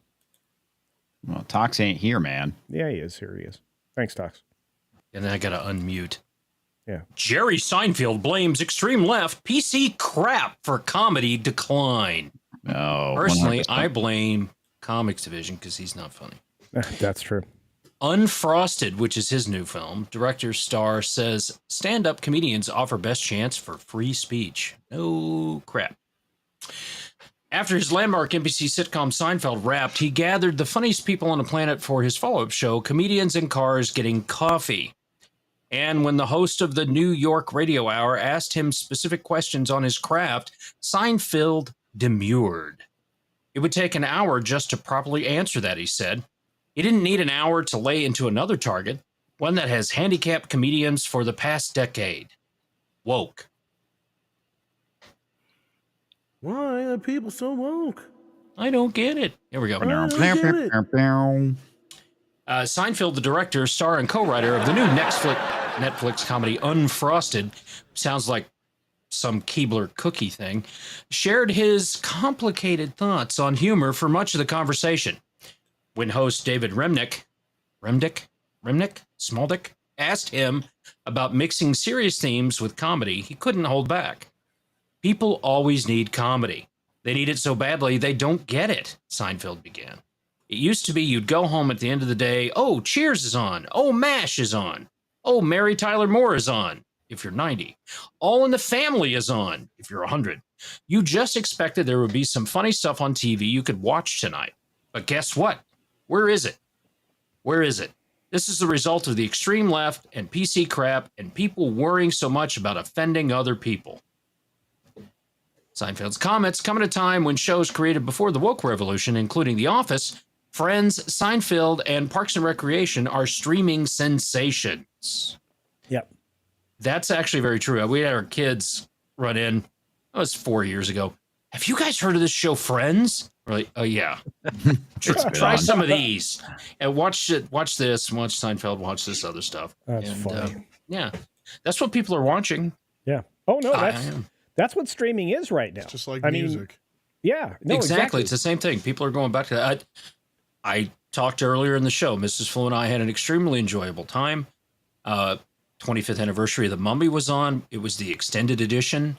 Oh, nice. With all the extra stuff. Yeah, it had a big screen in the movie theater. We went there along with other people who love the movie. And they were saying quotes and their favorite lines, remembering what it was like to be in the movie and enjoy them. And it, as I tweeted out, it was the second best movie I've seen in theaters this year behind Godzilla -1. Yeah, Mindy and James went to go see it today, and I think it's my kids' first time to see it. They enjoyed it. It was such a good film, and that film made a ton of money off of its budget. That's a $400 million film in $1999, $2,000. Which is right. Which is why they quickly got the second one, and they did the third one, even though Rachel Weisz couldn't do it because she was pregnant at the time. They all made money. Yep. Even the third one wasn't as good. But yeah. Yep. And the Sundowners Club, what's up, my friend? You guys should check out Sundowners Club. He's awesome. Says Seinfeld said on movies, film doesn't occupy the pinnacle in the social cultural hierarchy that it did for most of our lives. Accurate. Yeah, 100%. Yeah. Mm-hmm. That's true. Yeah. I don't. And they really did it to themselves. Mm-hmm. That's the irony of it. It wasn't that when television was going to kill radio and and then TV was going to kill movies. Every time there's a new technology, it's going to kill the old technology. And this time, the death of an industry is not because of a new industry. It's not because of some new innovation. It's because they decided to go ahead and shoot themselves in the head. I am flabbergasted at the self-destructive choices that an entire industry has been making over the last 15 years, at least. I agree with that. And Paramount's going to die starting. I mean, you're talking about the Hollywood Correspondents' Dinner.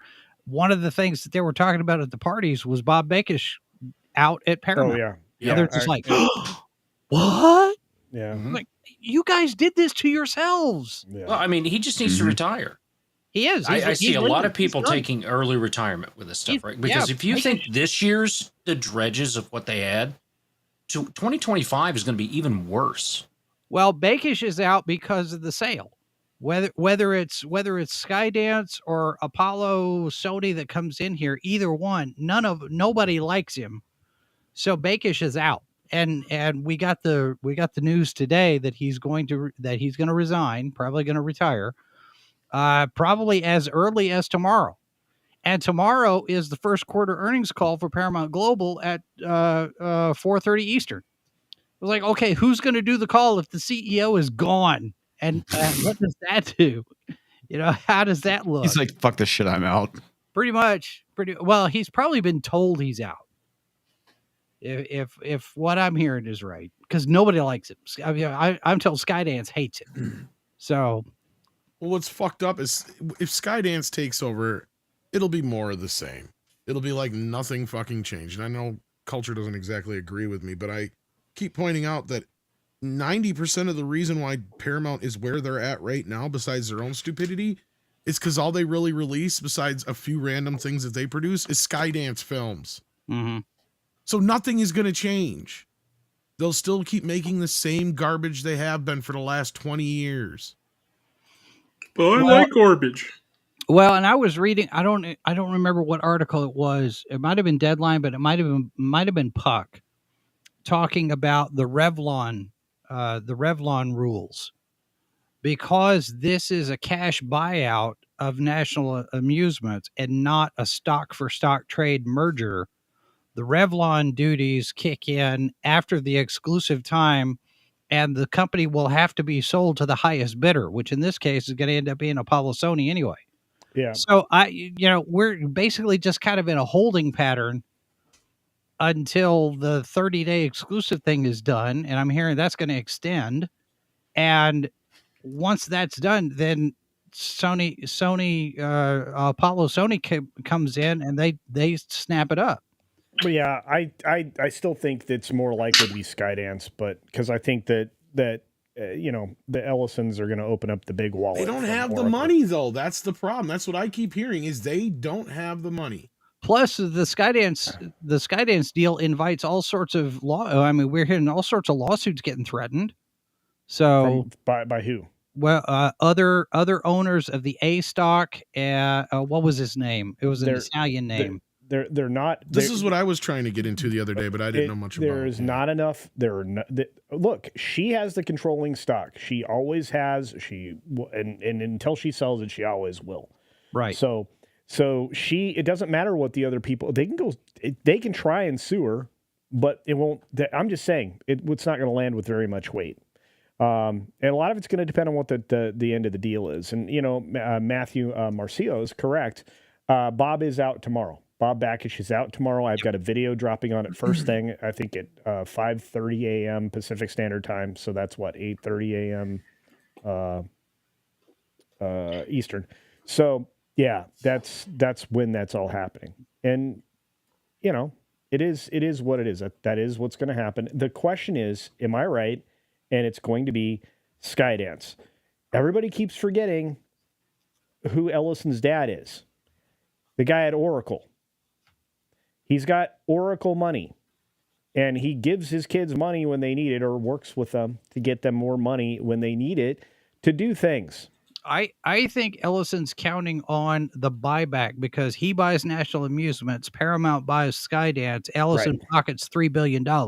Right. And that's what's got everybody so agitated. Is that Sherry Redstone and David Ellison are the only ones that come out with any kind of benefit to this. Exactly. all those stockholders are going to benefit because it's the price is going to jump up. But we can fight about that another time. I think it is what it is. Oh, I don't want to fight. No, I don't want to fine. make up I either. want to see y'all fight. Go fight. Hey, Fight. I'm bored. Round one, fight. Wait. Fatality. And Vic is right. I mean, we're Round in the, one, fight. Yeah. Yeah. So Tubi is magical. We've been talking not about Tubi. that. We've been talking about that on that Park Place. Hey, I've been putting And- over Tubi for several years. Give me credit, damn it. Well, You know what they got on Tubi? House Party 3. that's right. Wow. Tubi. I just thought people were pulling a tubing. But do they have a boy and his dog? Maybe. I mean, most of the time I just find myself watching Baywatch reruns on Tubi these days. So. I'll be there. What is going on with the magic noises? This is Does not it at me. least have Showgirls? I guess that's important. Who's It's doing on and that? off. It's not me for My seriousness. my soundboard is off tonight. It must be culture because he's not bitching. You guys got soundboards? Somebody does. Yeah, and the Sunday Hours points out something that I talked about on a 6-minute daily, I think Thursday, that the other Ellison, the older Ellison, the father, is moving Oracle's global headquarters to Nashville. Oh. Oh, good for you. No, And that's how a good. was it? It's a good thing. Taxes are good. Well, for now, until everyone moves to Nashville, and then it just becomes California too. John says culture needs to get a wine tasting in Wait a before minute. fight. Nashville is like the country music capital of the world. If Hollywood tried to move to Nashville, that would be like one of the biggest culture clashes you'd ever seen. No. Yeah, You I sure? mean, yeah, Is it? Nashville is like the bluest place in the entire state of like Tennessee. Like everything else in Tennessee is Take that pretty off my red. list. Outside of like Nashville, then like Memphis is bad too. But then again, Memphis you can get shot in a lot of places too, so you don't want to be there. You know, I think that's the case in most red states. Your major metropolitan areas are blue. I mean, Missouri, Kansas City and St. Louis are bluer than the sun goes down. That's And basically every everything state. else- yeah. Right. Texas is the same way. Houston, Dallas, Austin. I say the one exception will probably be Knoxville in Tennessee. It is a lot more red, and it's like one of the major cities in Tennessee. So yeah, I I would wonder probably. country music sucks now. Speaking of things that suck, do you know what I? Country music sucks because Taylor Swift stopped doing country music. And people wonder why I get demonetized. Wasn't me this time. These are your friends, culture. Yeah, and Hollywood is already moving to Nashville. It's true, and also to Atlanta, and also to Florida. Don't forget that was Dennis Quaid is trying to build something up in Texas as well. Stay the fuck out of Texas. Well, please. you got South by It's Southwest. too late. They're already taking over Texas. Like So Dennis Austin Quaid and finally Dallas, came like back to they're the pretty US? much dead. Well, I mean, Austin has always been. I mean, even back in the '90s, we called it Little California or Little San Francisco. I mean, that's not new. As long as they end up in the areas that are already blue, I don't think it would have that much of an impact. But it remains to be seen. Wait a minute. No, I am not going to freaking California wine mixer. No, I'm not. It's Catalina All right, back to wine it. mixer. Okay, so we were going to disengage from crazy moves to Nashville, and we're going to talk about people that bother me.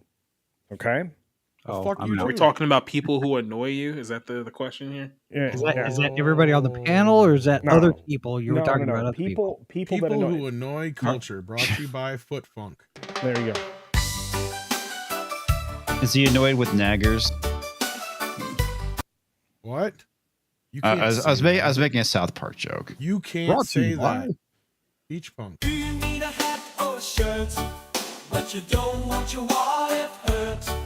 There's one place to go, and they got the funk as Culture Casino. It's Beach Punk.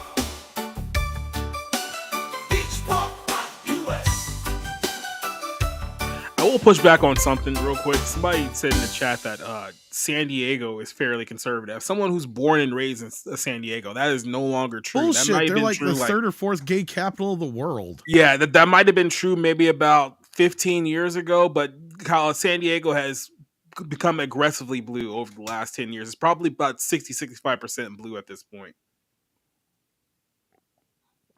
Yep. Hey, look. I mean, that ain't wrong. Hey, look. Just look. These are my lovely rooster shorts. You can get these. These are for swimming in. We also have. Oh, you'll swim in those. Comes with its own flotation device, baby. Yeah, we've got. Look at these are the really cool ones, right? With the green. Yeah. Look at that. Look at the little. It's like little camouflage. Palm pattern. No, it's a palm pattern. Yeah. It's very good stuff. We also have like sandals, like and slides and all kinds of stuff. Gets all the clothes Ladies' shoes. Cut socks and more. This is one hell of a store. It's true. Footfunk.us. That's not footfunk. Yeah, beachpunk.us. There you go. Okay, find beachpunk.us. That's what I said. Look at that. US.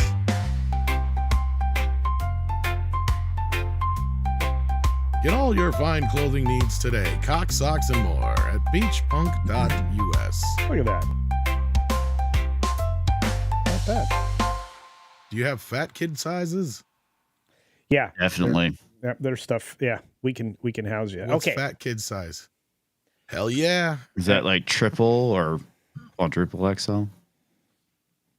Hey, look, All right, commercials are over. Okay, good. Yeah, let's get back to it. So back to the things I don't like, or people I don't like, or things I don't like. You know what grinds my gears? Yeah, you know what grinds my gears? Okay, I'm gonna show you. You guys, this irritated me like a whole lot. What I do now? No, it's not you. This is from I'm so angry about this. I'm using a website that I'm not a fan of. Okay. Oh. Here we go. From CNN, and this is of going back a couple months because this is in January. A Colorado pastor says God told him to launch a crypto venture. He's now accused of pocketing $1.3 million from his followers. It could be worse. I mean, he could be saying that God is in drag. Hasn't it been a while since like an evangelist or anybody like that's ripped off anybody? I think we're due. Yeah. Kenneth Copeland's still around, so I mean that's not really much of. It just irritates me. So Denver pastor Eli Regalado, Denver, enough said. Had. Would you guys stop casting dispersions? I'm trying to finish the story here. Oh, okay. Yeah, he's not even on screen. And no one can even hear his disembodied voice. That's why nobody heard those sound effects. I knew it was him. After months of prayers and cues from God, he was going to start selling cryptocurrency. He announced in a YouTube video last April. The Signature and Silvergate banks had collapsed weeks earlier, signaling the need to look into other investment options beyond financial institutions, he said. With divine wisdom, he said he was setting the rails for God's wealth transfer. Shortly afterward, say again? Is that how that works? I don't know. I guess. But shortly afterward, Regalado and his wife, Caitlin Regalado, launched a cryptocurrency. He sounds like a gangster. Yeah. Called INDX coin. Index coin, I guess. And began selling it to members of his Victorious Grace Church and other Christian communities in the Denver area. They sold it through the Kingdom Wealth Exchange, an online crypto marketplace he created, controlled, and operated. Ooh. The Regalados raised more than $3.2 million from over 300 investors. Tung Chang, Securities Commissioner of Colorado, said in a civil complaint. The couple's sales pitch is Tung Chang? That's the Disney movie. That's the guy's name. I thought it was all right, I'm going live for this. Did you say Hung Chang? No, it was Hung Wong. Hung Long. Okay. It's Hung Low. It's Tung Chang. Okay, all right. I'm sorry. I just, Yeah, Doug anyway, Chang, what? the couple's sales pitches were filled with prayer and quotes from the Bible, encouraging investors to have faith that their investment would lead to abundance and blessings. Remember that time we tried launching the Dix coin? That didn't go over so well. No, I feel like we need to work on that. But as you can see, this was, flushing good money after bad. Anyway, I think the point being is that I don't like people who fleece other people. I'm not a fan. I think so. It's 70s rock fan that you hate. I was just gonna say I heard Brian's a fan of fleece. We all hate him. That wasn't actually what I was talking about. But anyway, yeah, you were. Is that why we don't have any fleeces on Foot Funk?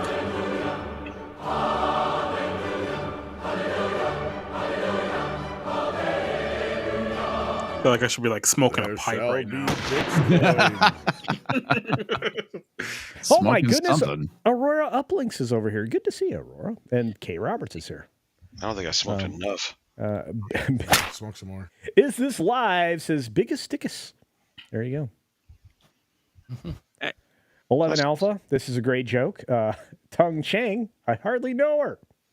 It's actually Jolly. The name's Jolly. I like their song "Everybody Have Fun Tonight." Everybody Wang Chung tonight. Tung Chung. It's Tung Chung. Is it? Yeah. Or is it? What? Am I on stage yet? Man, a lot of people are very. Yeah, I actually hear you. So yeah, you're on stage. Yeah, you're there. Maybe I should go. This dude didn't set himself on fire because he was crazy. Oh, maybe. Yeah, I don't. Yeah, I look. Did he set himself on fire? I don't know. Well, if you leave Toxic, then you'll be one gone. Oh, there it is. That was well done. Well placed. Cyrano. Well placed. Thank you, Cyrano 2960 for $2 with a brilliant comment. Crypto is the new Amway. See, that's good. Okay, having been involved in the Amway organization at one point in my life, very, very, very, very, very long ago, there are people that actually do make money and legitimate business in that. They're typically at the very top. This, however, strikes me as being one of those. Okay, God doesn't work that way, for one. And you cannot, and all of these guys, Falwell and whoever was the one that was out of Texas. Oh crap! The guy at Dallas with the hair, yeah. You can't pray your way to prosperity. You can't, just send a bunch of money and you get rich. That Christianity is not about getting rich. It's not about that, prosperity as a yeah. Joel Osteen is another one. Oh yeah, Joel Osteen. Yeah, but it's.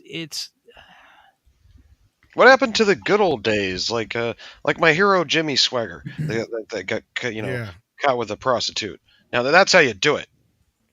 God tells me that I need a Learjet. I mean, look, here's what it comes down to. You got a lot of these guys who, let's be honest, a lot of people who call themselves Christians probably only read their Bible like twice a year, like Easter and Christmas, and those are the only 2 days they go to church. So they're probably the ones who are most likely to fall for stupid schemes like this. Let's not go. Well, hey now, let's not go after the people who have faith. Let's go after this guy for doing the bad thing. Right? No disagreement against that guy. I'm saying. I'm just saying. And then I'm going to say it this way. Crypto, if you are in the right products, can work just fine.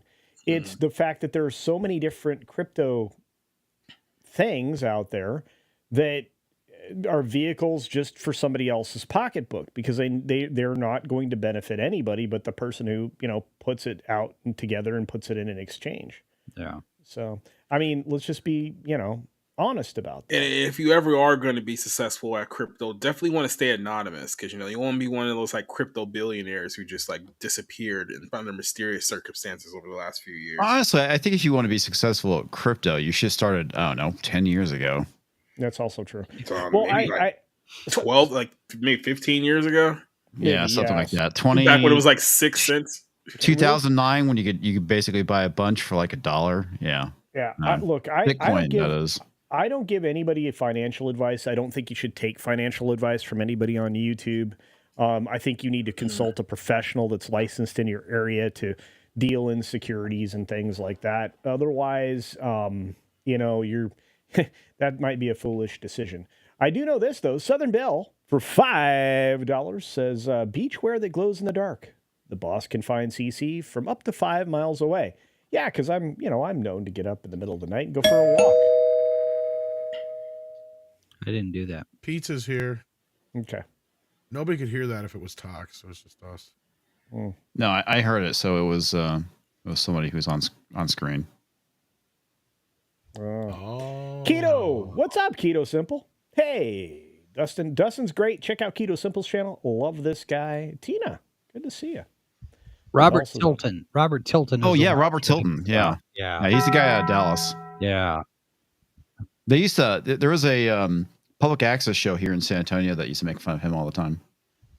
Oh, dude, X-Wing is here. Hi, X-Wing. He's a friend. He's got a YouTube channel. He likes Star Wars. Does he? I think that's actually not true anymore. He likes all the Star Wars. Come on. No.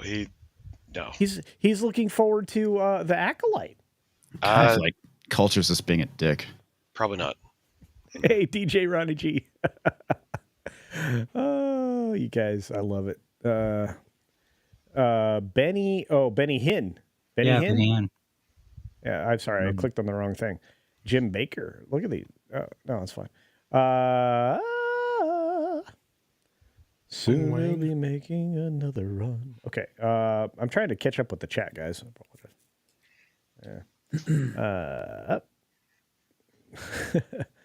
I like turtles.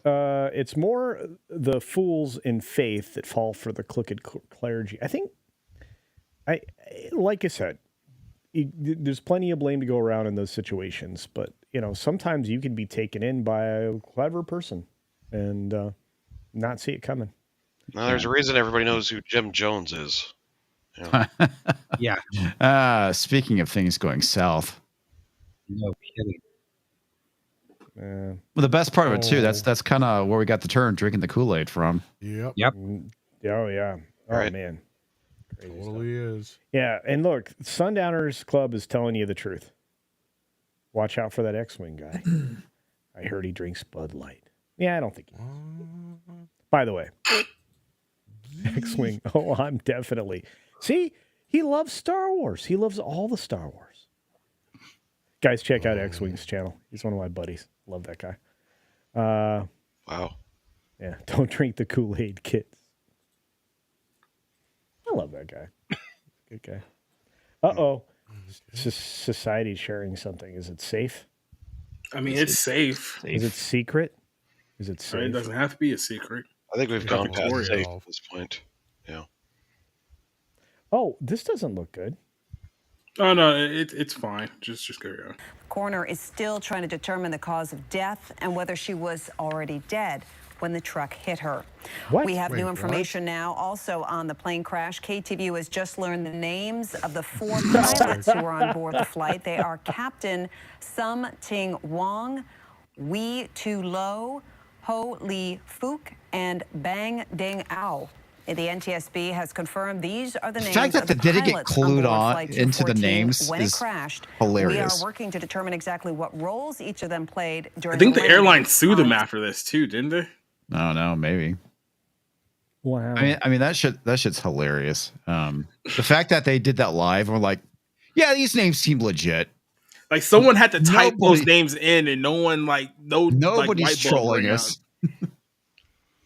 Well, usually the graphics department at a news station is made up of younger 20-something, 30-something people, and they have the sense of humor that drives that. Somebody was trying to get fired. I was going to say, somebody wanted to get fired, or they were going to get fired. One of the two. Yeah. Yep. Or they were getting ready to quit. Right. Okay, so apparently Putin's cat is just here to scan our faces. So, yeah, I'm off camera now. Oh, okay. Scan our faces for what? Putin coin, I guess. I don't know. Putin's cat does a lot of drugs, so just humor him. Josh sent a member chat. I'm scrolling. Here we go. He says, for 4 months of membership, oh my God, the cock. Hi, panel. Including Oh my Simple God, the Comics. cock. Oh my God, the cock. Oh my God. There it is. Oh, he said it. Sorry. Okay. Comics? Somebody said Simple Comics. Who said that? Oh. In the super chat. I thought it was Bozo the Clown or something. But it's the same thing, basically, except Bozo the Clown is normal height. Right. Okay. I need to load this one up. One of these days, I'm going to kill Toxic Man Flu with a shot of penicillin. Why don't you put a 2020K bounty out for me? Oh, boy. I can do that. We actually talked about that one. Like what they did with Mark Kern. Yeah. We talked about that before you got here. And I am reading Gooder, Josh. I'm reading Gooder. We got a member chat from my buddy, my pal. I mentored this guy, and he went blowing by me like I was Linda Ronstadt. Why blew by you? Whoa, wait, what? Yeah, I was kind of wondering about that myself. What? Don't you mess with Linda Ronstadt. I'm just saying that's her famous song, Blue by You. Anyway, X-Wing for 11 months of membership says, I could have bought a golf club. Well, yeah, you probably could have, man. But thanks for being a member here. I love you. I love to see people succeed. Yeah. What were you going to do with the golf club? You know that he likes that Abby character from Last of Us 2? Oh, don't we all? Don't we all? Pretty sure. She's a beauty. There's something about sticking it where the sun doesn't shine. 1 in a million girl. Strong and brave. I'm just saying. And, yeah. Talking mannish, about very mannish. I'm just so glad they still had all the medical stuff that they needed for that post-apocalypse to keep post-apocalypse. Oh, there you go. John's gonna get a drink of wine. I love wine. Yeah. X-Wing's like, exactly. So yes, I know. Abby had that penis envy going on as well. Oh, by the way, X-Wing's is a new dad. He's about to get to the not sleeping for the next 3 years point. Congratulations. Dumbass. By the way, speaking of incompetent lesbians, you see they're pressuring Corinne Jean-Pierre to quit. Yeah, I saw Oh, really? that. Why is that? Probably because she's incompetent. I don't know. Okay, so is she the worst liar or the worst liar? Yes. Okay. I mean, all the above, I would guess. Okay. Yeah. So Yeah. Did somebody say lesbians? I'm here. Oh, hey, it's the sheep guy. You said the magic word. Sheep? No, lesbians. Oh, all right.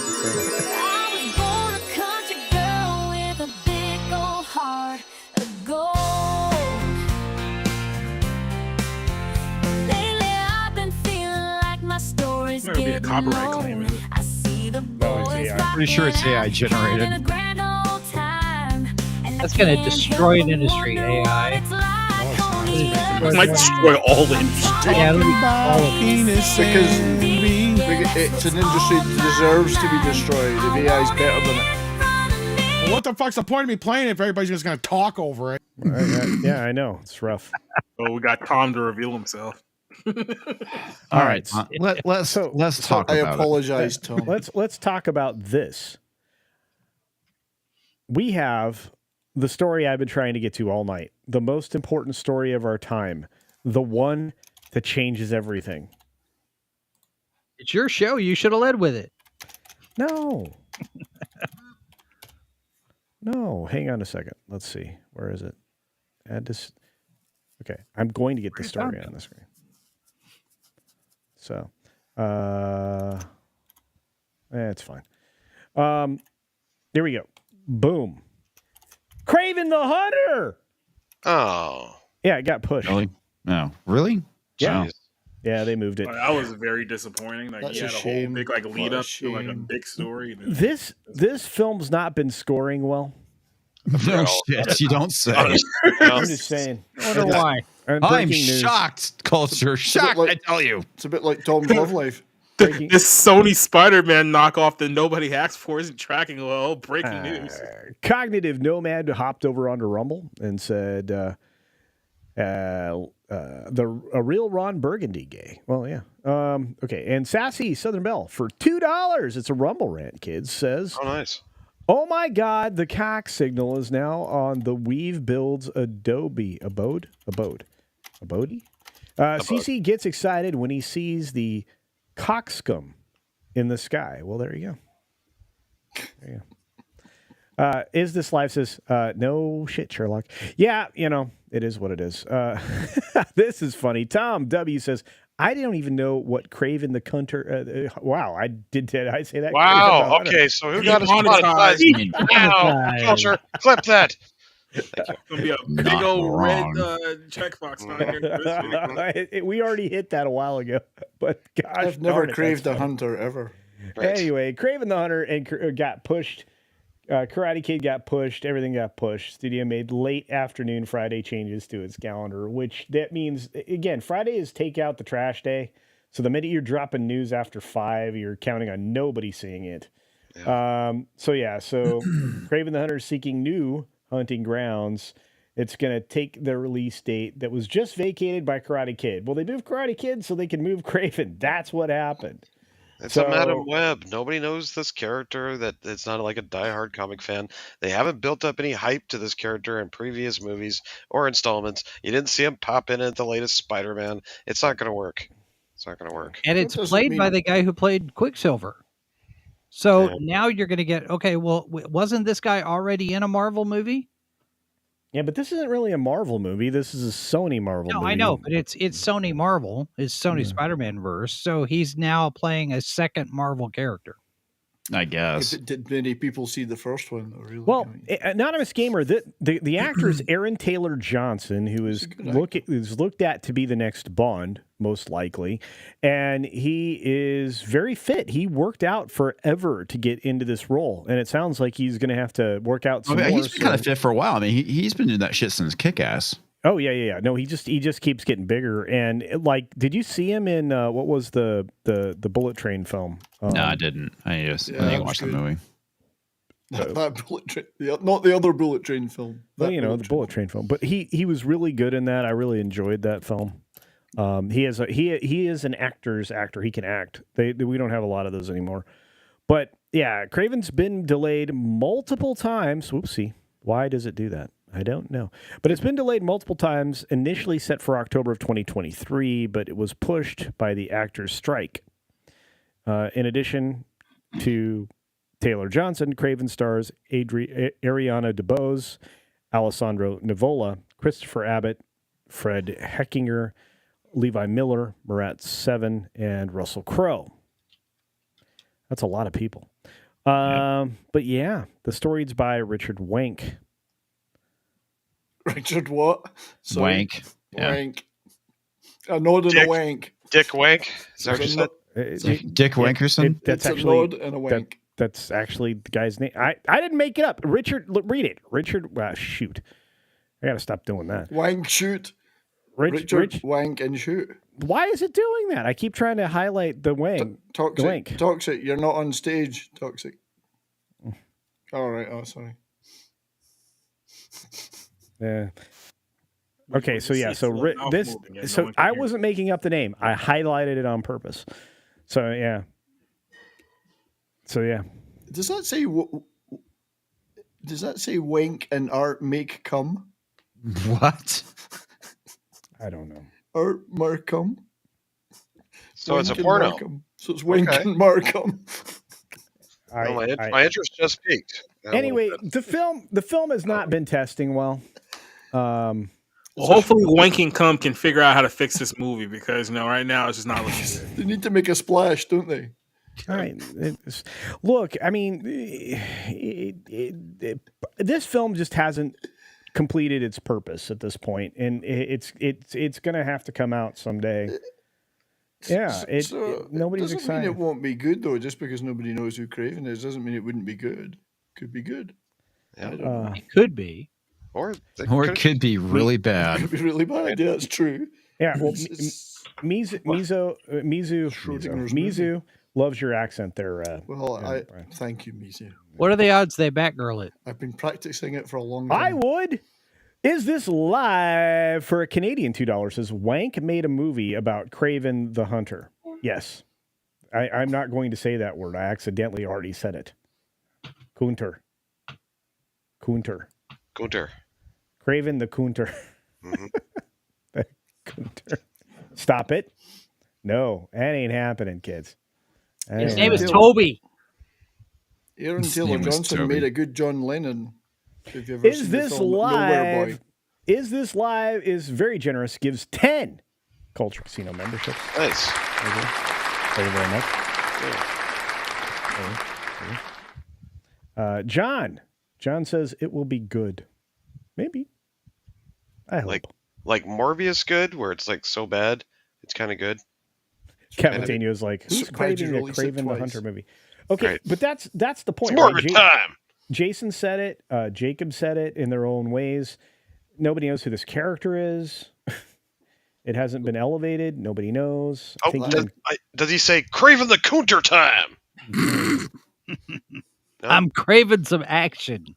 Craven some Counter. Oh my God, that would be hilarious. And all the wrong reasons. I don't. Oh Lord. It's seriously. It's just like I'm in like a junior high like classroom right now with a bunch of kids that are like, I can say funny words. Anyway. Oh my God, the cock. Wow. Fair enough.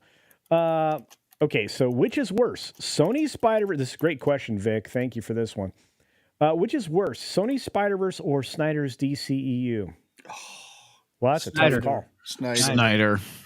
I think it's a tight one. Because Snyder is so uppity and full of himself and pretentious in all of his interviews and talking about stuff he doesn't really quite understand as far as the DC stuff. You don't get the Sony people getting out there on stage talking about how great they are. No, they're not buying into their own press the way Snyder does. Right. That's true. If you don't like my movie, you're just voting for focus groups. Yeah, right. He uses out of focus groups, obviously. Yeah, there's that. Yeah. That's the world's greatest B movie director, Snyder. Snyder is a very, very talented photographer. Yeah, cinematographer. Who builds mediocre films around really, really cool images. I think, honestly, when it comes down to it, if somebody else writes the script, he can actually make a pretty passable movie. Well, I know this. Make it pretty. The best B movie director right now is Neil Breen. So, well done. Twade Nguyen, what's up, my friend? Good to see you. Been a minute. Craven 2. Electric Boogaloo. More Thank Craven. you for that. 11 Alpha. Yeah. Now more Craveny. Eric. Extreme cravening. Is this a Craven? Is this a Craven Haven? I don't know. I know Eric K sent $2 and said, "You love 70s accent. You're making me feel very sheepish." Yeah. And you can hear more of it tomorrow night when we talk about a boy and his dog. Yes, I have a special guest in my show tomorrow. Oh, who is it? This guy here.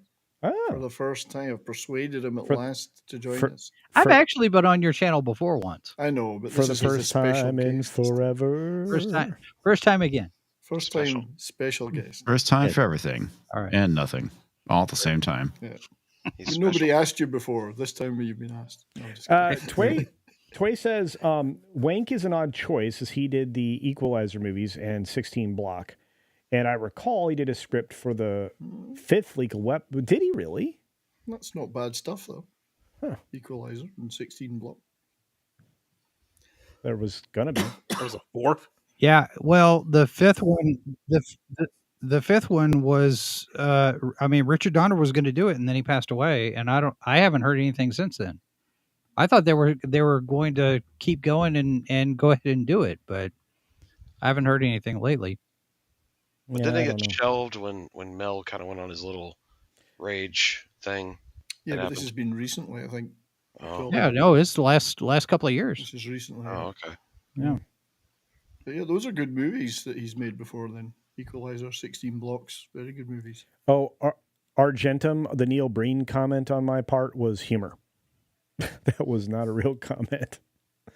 I've been subjected to every Neil Breen film ever made because of Mad Mardigan, and it's a unique and individual nightmare each time. I don't even know what a Neil Breen is.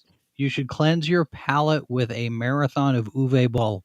Oh God! Oh yeah, that's better. How about I just watch Manos Hands of Fate like 8 times in a row. Even better, just tell him what an awful director he is and have him challenge you to a boxing match. That sounds fun. I mean, seriously, the guy He actually did that. He does. No, I said that for a reason, because he did that, and he beat the shit out of the guy because he's actually a really good boxer. Be careful what we say then. Yeah, it's pretty funny. Wait, Aurora Uplink says there's a great thing to watch. He says, sometime tonight, Google and watch Smooth Criminal versus Cops. Worth a couple of watch-throughs to watch the dance and the cop expressions. Ah, cool. I'll have to check it out. Ow! Okay, anyway. Joe's Atmosphere sent a super chat. I got to get to. What's up, Joe? Joe's a good dude. Very Joe's good, a really dude. Good dude. Craven the Kunter. Does that mean he only hunts Pussy Galore? Pussy Galore? That's actually a character, YouTube. Okay? I understand. Say a bad word. Yes, it is. I understand Poontang Hunter. And even if it wasn't, who cares? I know the feeling. Just saying. I'm sure you do. Yeah, see, Is This Live is saying the same thing that Jason said, many other smart people have said. As long as Snyder doesn't write the thing, he could direct the thing. But somebody needs to say this, okay? Somebody needs to say to him, you're only allowed 3 minutes total of slow motion. Right. Or a better I watch his idea, head just explode like just a don't robot. do slow motion. I mean, at this point, I will handle. Hey, just make your movie less than 4 hours long. Yeah. Well, I hear what he's doing. He's going to be doing an R-rated Rebel Moon, and then he's working on the director's cut of Rebel Moon. And then he's working on the triple X cut of Rebel Moon. Versions of this. I mean, my goodness. Why doesn't he make the director's cut the theatrical cut or the released cut? Why is it always a separate? Because that was all Netflix's idea. They wanted to they wanted a PG-13 version. They wanted what they wanted to do is they wanted to manufacture the Snyder cut for Justice League. Yeah. That's what they're wanting to do. Because what you're saying is I'm giving you an inferior product first every time. Well, because a lot of it too, it's the idea of, oh yeah, they want to, like I said, they want to replicate what happened with the Justice League, but the issue is the studio was like, don't do this, you can't do this. So anyway, that's it. Hey, comics, you couldn't reach Uwe Boll. That's what they're saying. See, it's a joke. Oh, okay. Yeah. First off, I have to say, jokes are supposed to be funny. Hey, he's just commenting on your diminutive stature. You could just headbutt him in the groin. He called you short. Yeah, well, cultures want to talk. I mean, have you seen the photo where the guy's like 3 inches shorter than me? You mean when I'm leaning over the 3 foot wide table? Oh, sure. All I'm hearing is excuses. Okay, all right. I love you, man. I love you too, Culture. Oh, you guys are so funny. This is fun. Alec Campbell. I think we went too far. Yeah. Hey, Elizabeth Young. Good to see you. Comics could punch him in the knees. Thank you, Vic. Swing. Yeah, I could dislocate his kneecaps. There you go. And then I could find him on my terms on the floor. Mizu says, Culture, you think that slow motion amount in Snyder is bad. Watch Brotherhood of the Wolf. Wow, really? I don't remember that having a lot of slow-mo. Huh. What I've heard a lot of good comments about Brotherhood of the Wolf. It's a French film, right? The French quote-unquote werewolf movie that's not a werewolf movie. Yeah. Yeah, the few practical effects they use of that was actually Jim Henson Studios. Okay, this is an easy one from Rhedosaurus. And you guys all have to answer. I'm gonna answer first, so you can't ruin it. Believe it or not, I would take the Bayformers movies. Well, right now Over there's what? only 2 Rebel Moon movies as opposed to 5 Transformer movies. No. You have to watch all of Snyder's Rebel Moon movies. There's 4 more coming, and plus the Yeah, but they're expanded not out cuts. yet. Allegedly. And plus, right now there's just 2. Plus the 8,000, other things that are going to show up and all of that. And I've already watched the first one, so that only leaves me 1. And God, it's I can survive an hour and a half. It's like 2 hours, and it's not worth it. I mean, you guys are honestly better off like stabbing a fork in your eye. It'll be a lot more productive. Wait, Art Probably less Markham and Matt Holloway? Yeah, but I gotta post a review, so I gotta watch it. No, okay. Well, if you're reviewing it, then knock yourself out. Okay, so I need to say Simple Comics. Okay. Congratulations, you heard said it. a word. Okay. I heard it. No, I mean I heard it too. Yeah, I we mean, heard it. like I said, Tox isn't on stage right now, Sanding and Monkey I says- have him muted intentionally just because of that. Oh yeah, well no. Sanding Monkey said Snyder is doing the uncircumcised version of Rebel Moon, the uncut version.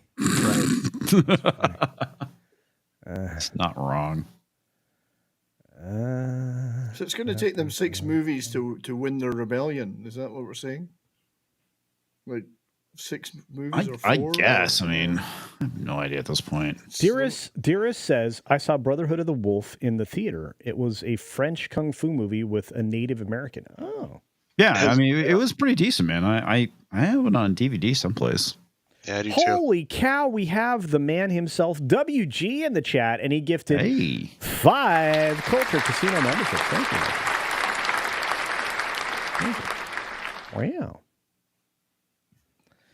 That's amazing. Thank you, WG. It's great to see you, my friend. It was lovely hanging out with you in Vegas. It was. Yeah. Yeah. Oh, Josh Hammond said Simple Comics. Just so you know. No, Josh likes saying Simple Comics, so. Fair enough. Good night, That horn is Penny. really annoying, by the Thanks way. for being here, dear. We appreciate you. And I know that I appreciate you hanging out and hearing our potty mouths on Sunday night because we do use bad words sometimes. Probably me more so than anybody else. Not on my channel. Think you're better than us, Culture? Yes. Yes. Wow. Yeah. Anyway. Like how we both answered that at the exact same time with the exact same answer. 6 Rebel Moon movies. That's a lot of wheat to harvest. Yes, it is. Might be enough to feed the crew on that one ship. Jeez. Wasn't there another franchise of 6 movies or more that was about rebellion and stuff? I don't know. I know this, that yes, I would gladly accept an Amazing Spider-Man film with Andrew Garfield and Sydney Sweeney. And Hey, Kraven the Hunter would be a that'd work. great villain. That would work out because Yes. Kraven the Hunter is a villain. See, this is the problem. They're trying to glorify the villains now. Well, they're trying to turn villains into misunderstood anti-heroes, which is fucking annoying. I blame the Menendez brothers. That's where it all started. Tway says, never saw Rebel Moon, but noticing the writers on it with Snyder, Shea Hatton, and Kurt Johnstad, respectively. At least I have some scripts by them, but I chose not to read them. Oh, wow. Oh, yeah, no, it's fine. You can definitely do that. She is, Sydney Sweeney would be great. MJ. Sydney and the Sweeneys. That's not what a real woman looks like. Where's her organs? She's Where's her blonde, though. organs? I read it on X. That's not what a real woman looks like. She's blonde though. She'd be better as Gwen Stacy. She's promoting an unhealthy body type, and I don't like this. I think she's very healthy, and I think she would also be a good Gwen Stacy. Speaking of a good Gwen Stacy, Tripping Orc maybe gave Gwen Stacy a membership. Thank you for the 5 Culture Casino memberships. Tripping Orc. Thank you. Thank you. I've seen Sweeney bandied about as a candidate for Black Cat as well. Oh, that would Felicia also Hardy. work. Yeah. Or wait, Sable? Sable? It's not my No, that's favorite a fur. completely different character. I don't know. I mean, Black Cat could work. Yeah, And she if could you're on, play Black if you're on Cat. the DC side, but I'm going through the list of the females. you're talking about over Silver Sable? Yeah. Well, they've been working on a movie for that for Oh yeah, no, how that long goes now? all the way back to the Sony's leaks when Crazy Muppet Head, blew up the company. Anyway, Yeah. Jim Dowell says it's not grain after you mill it; it's flour. Plot hole. Yeah, there's like a billion of them in there. So yeah, crazy stuff. Well, the fact that they just needed wheat and nothing else was kind of sus too. It's like, oh yeah, we have the ship. We need grain. Yeah. Okay. To feed the entire empire. To feed the entire ship. Well, what else are they going to eat? Right. I don't know. Well, somebody mentioned Taylor Swift in the chat for Gwen. I mean, there's still a rumor that she's going to be playing Dazzler in. No, I think she actually would make a better Dazzler than anything else. Yeah, that makes honestly the most sense to me. And I think she's already kind of apparently in it. So yeah, but Elizabeth Young celebrates 15 months of membership. Thank you, Elizabeth. Thank you, dear. Says somehow early this AM I watched Chariots of the Gods. Chariots of Gods? Yeah, it's like aliens and isn't that ancient alien shit? Yeah. Wow. I actually I watched Chariots of Fire. Not done. Thank you. Leave the fun bags. It's calm down. Everybody calm down. Hey, Ruby Hoove. I think that was from earlier. Is that ship powered by coal too? Yeah. That was really stupid. It's plentiful in the universe. I think you guys are trying to tell everyone that this movie sucks. Is that the gist I'm not getting? You know what? I think you're right, Sariad. She's too young for Plus, Silver Sable. doesn't Silver Sable need a really stretchy costume? Is there enough stretchy material for Sydney Sweeney? Like, that would take a Well, lot she of was stretch. wearing a stretchy costume in the dream sequence in Madam Web. Gosh, that was a terrible movie. Okay, so Madam Web was my worst movie of the year so far until I saw Challengers. Oh, really? I was gonna say, really, it Challengers beats out Rebel Moon. Yes. I mean, there's like 7 movies I've seen so far this year that's worse than Madam Web, and that's not really saying much because Madam Web is dog shit. But yet, there's a lot of other worse movies. Pretty low bar. Yeah. I mean, Monkey Man was pretty bad. Was it then bad? you had like Magical Negroes. That was pretty bad. Oh God, that movie was awful. Drive Away Dolls was awful. Oh, that Lisa was not Frankenstein.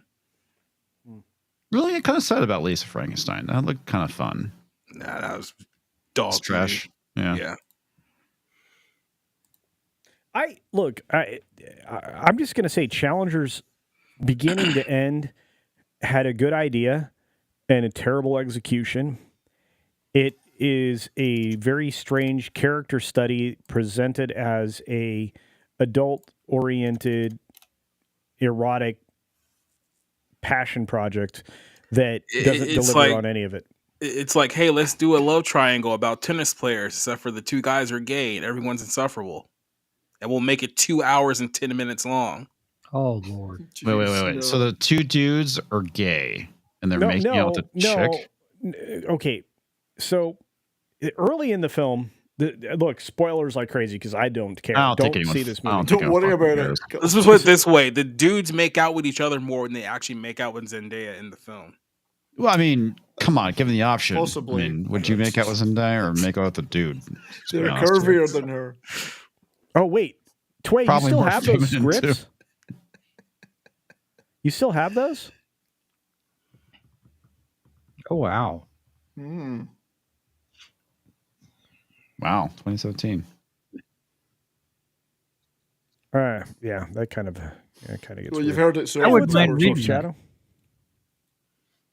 I think what we need is a solid Axel Braun movie starring Silver Sable and Black Cat. That would work. Yes. Yeah. So Zed. Okay, so here's the thing. Challengers was a tennis movie as much as it was anything else, and as much as it was gay porn. It wasn't good. The tennis. There was okay. You've seen it, Jacob. So agree with me. Don't agree with me. But let me know if I'm right.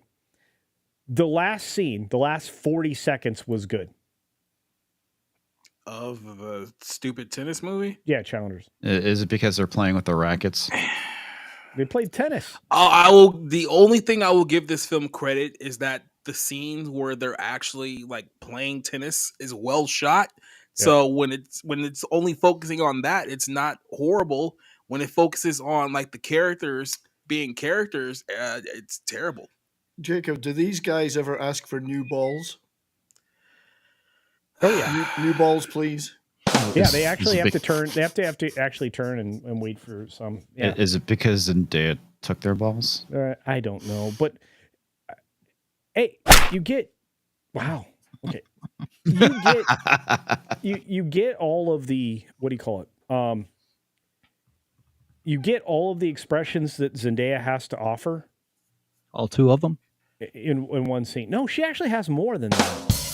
And like we said earlier, for those of you guys like in the chat that think you're going to get some kind of like sexy scene with Zendaya, that never happens in the movie. No, don't waste your time. If you are looking for anything that is titillating, you're in the wrong location. Yeah. But Wimbledon there's a lot of good. old man balls, but there's no Zendaya action in the film. So yeah, like I said, that locker room scene. Come on, she's got like the body of a 12-year-old. Easy. No. I wouldn't know. But what I do know is that Wimbledon was actually a good movie. This is not. Yeah. Hey, there's Lou Wasserman's ghost in the chat. Hey, Lou. What's up, buddy? Damn, this channel has grown up. And where have y'all been in my life? I don't know. But it's good to see you, Lou. Good to see you, my man. Looking forward to hanging out on Thursday. Oh, wait. You got something that matters? All right, show it off. Oh, Krispy Kreme. Nice. Well, those are actually donuts or just so many like stuffed animals in a donut box? No, it's donuts. It's cute. I mean, it's just a box of sugary crap at the end of the day. Yeah, you're a downer, bro. Okay, how's asking a question being a downer? It's I asked if those were actual donuts or if those were stuffed animals shoved into a box. Inquiring minds want to know. I like donuts. It's but donuts are tasty, my friend. Yes. Hey, guys, do you have to catch them all?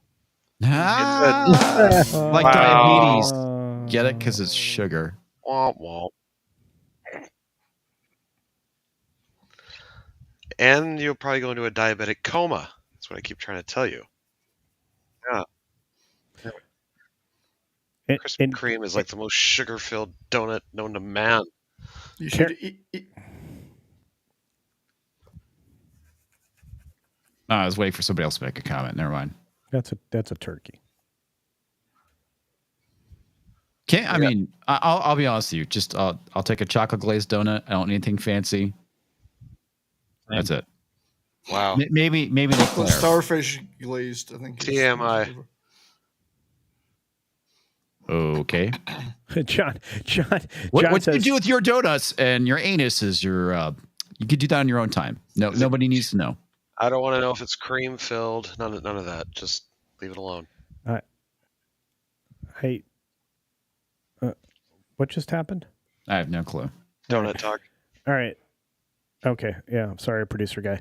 We're looking to. We're losing our hold on Hollywood. Back in Lou's day, I would still be in L.A. and making unwatchable Star Trek. Instead, Oregon. Sad.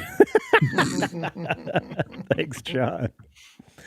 Krispy Kreme's disappeared from across the country. It's not everywhere like it used to be. It's no longer ubiquitous. No, because there's Dunkin's everywhere now. Dunkin's. No. Yeah, I was gonna say I'd rather have Dunkin' Donuts over Krispy Kreme, to be honest, or Shipley's. You know who's got some really good ones is Quick Trip.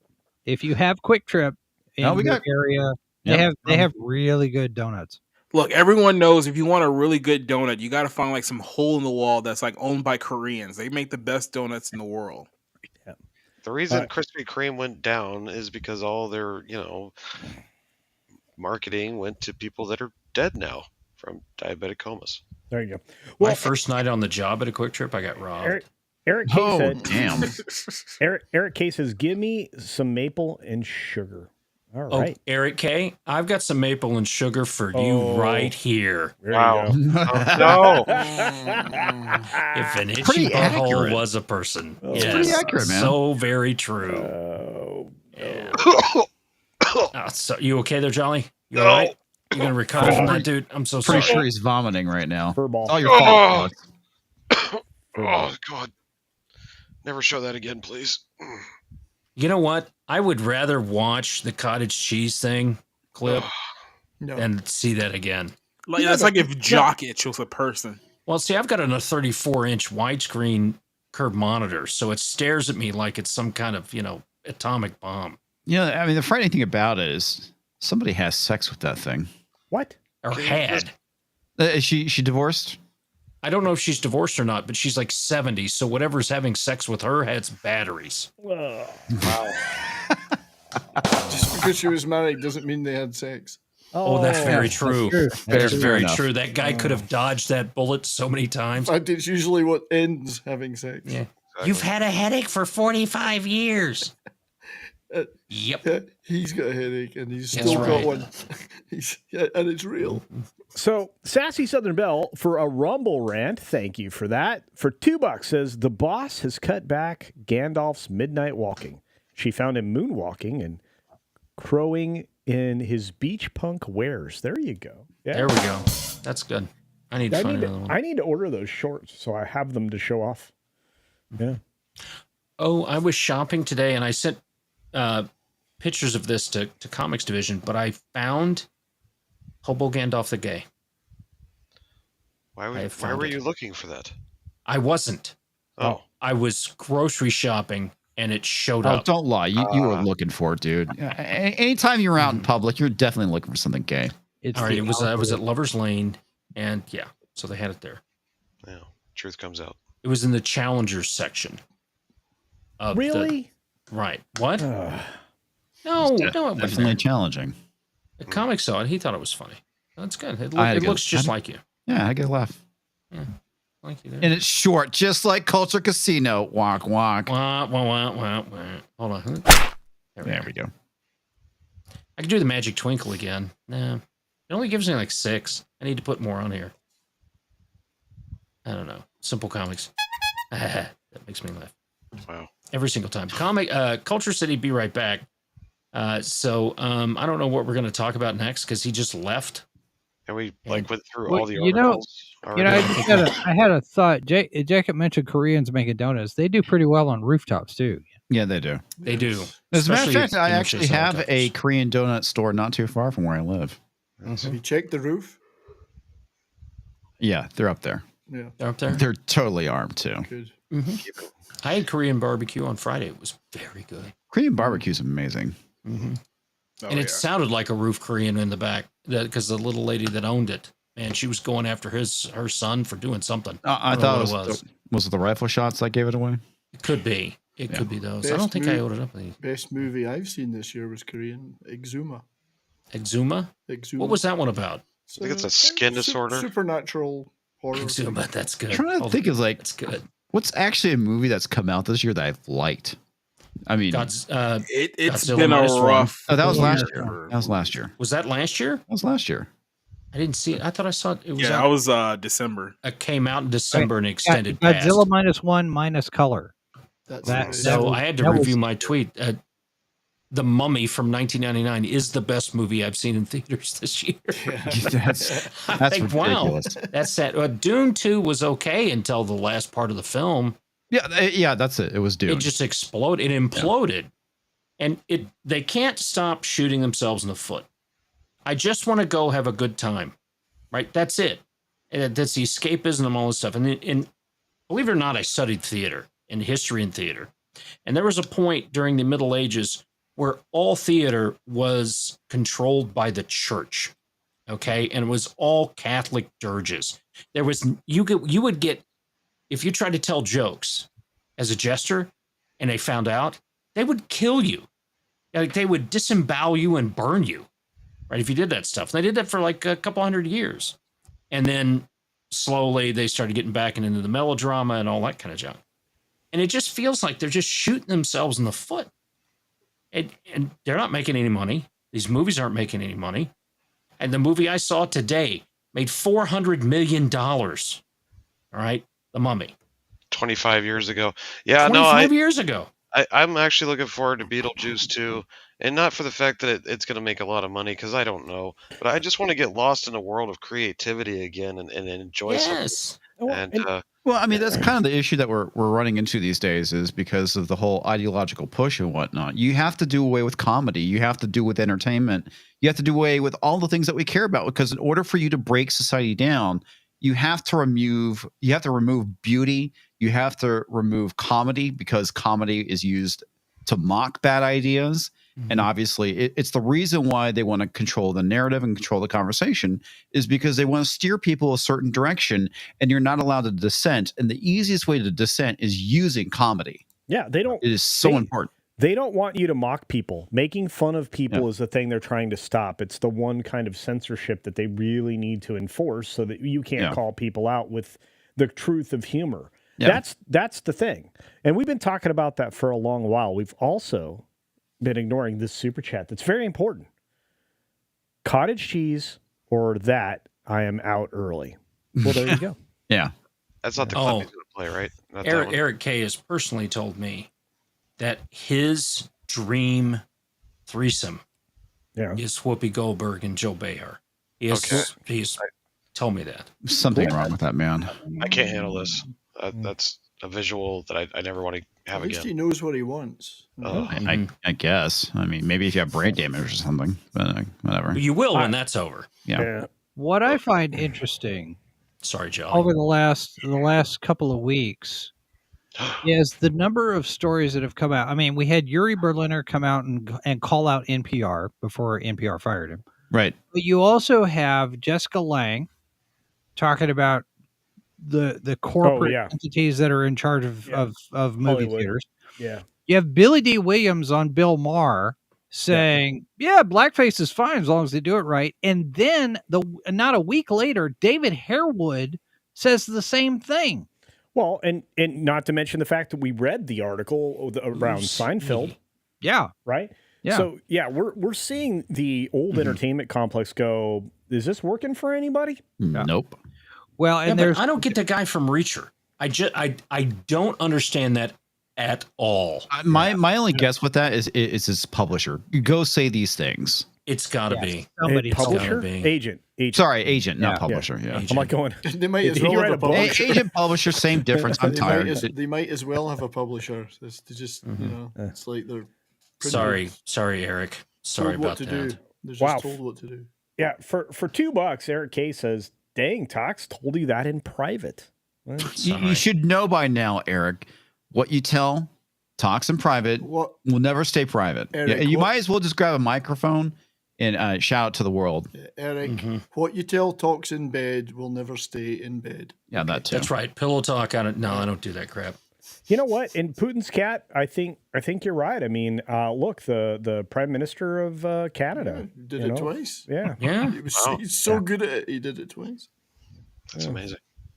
Well, in this latest one, Deadline's got an article. Some actress from Bridgerton basically says that the industry is putting people of color up against each other. It's like, I saw this like in competition, like fighting death matches. Yeah, pretty much. Let the games begin. This is what the politicians do, right? Release the lions. All the different groups fighting each other, and we're not fighting the system. Well, I mean, we used to get our fill of that happening. It was called boxing. Yeah, but I've been so surprised at how much this is getting called out, and it's being covered. You know, you wouldn't see this article in Deadline 5 years ago. No, I think you would, especially if it continues the oppression narrative, because that's what kind of comes off to me, at least what it sounds like. Hollywood has black people fighting one another for reasons. That's oppression. It's taking advantage of black people. You know, name your victimization points here. It's the Hunger Games.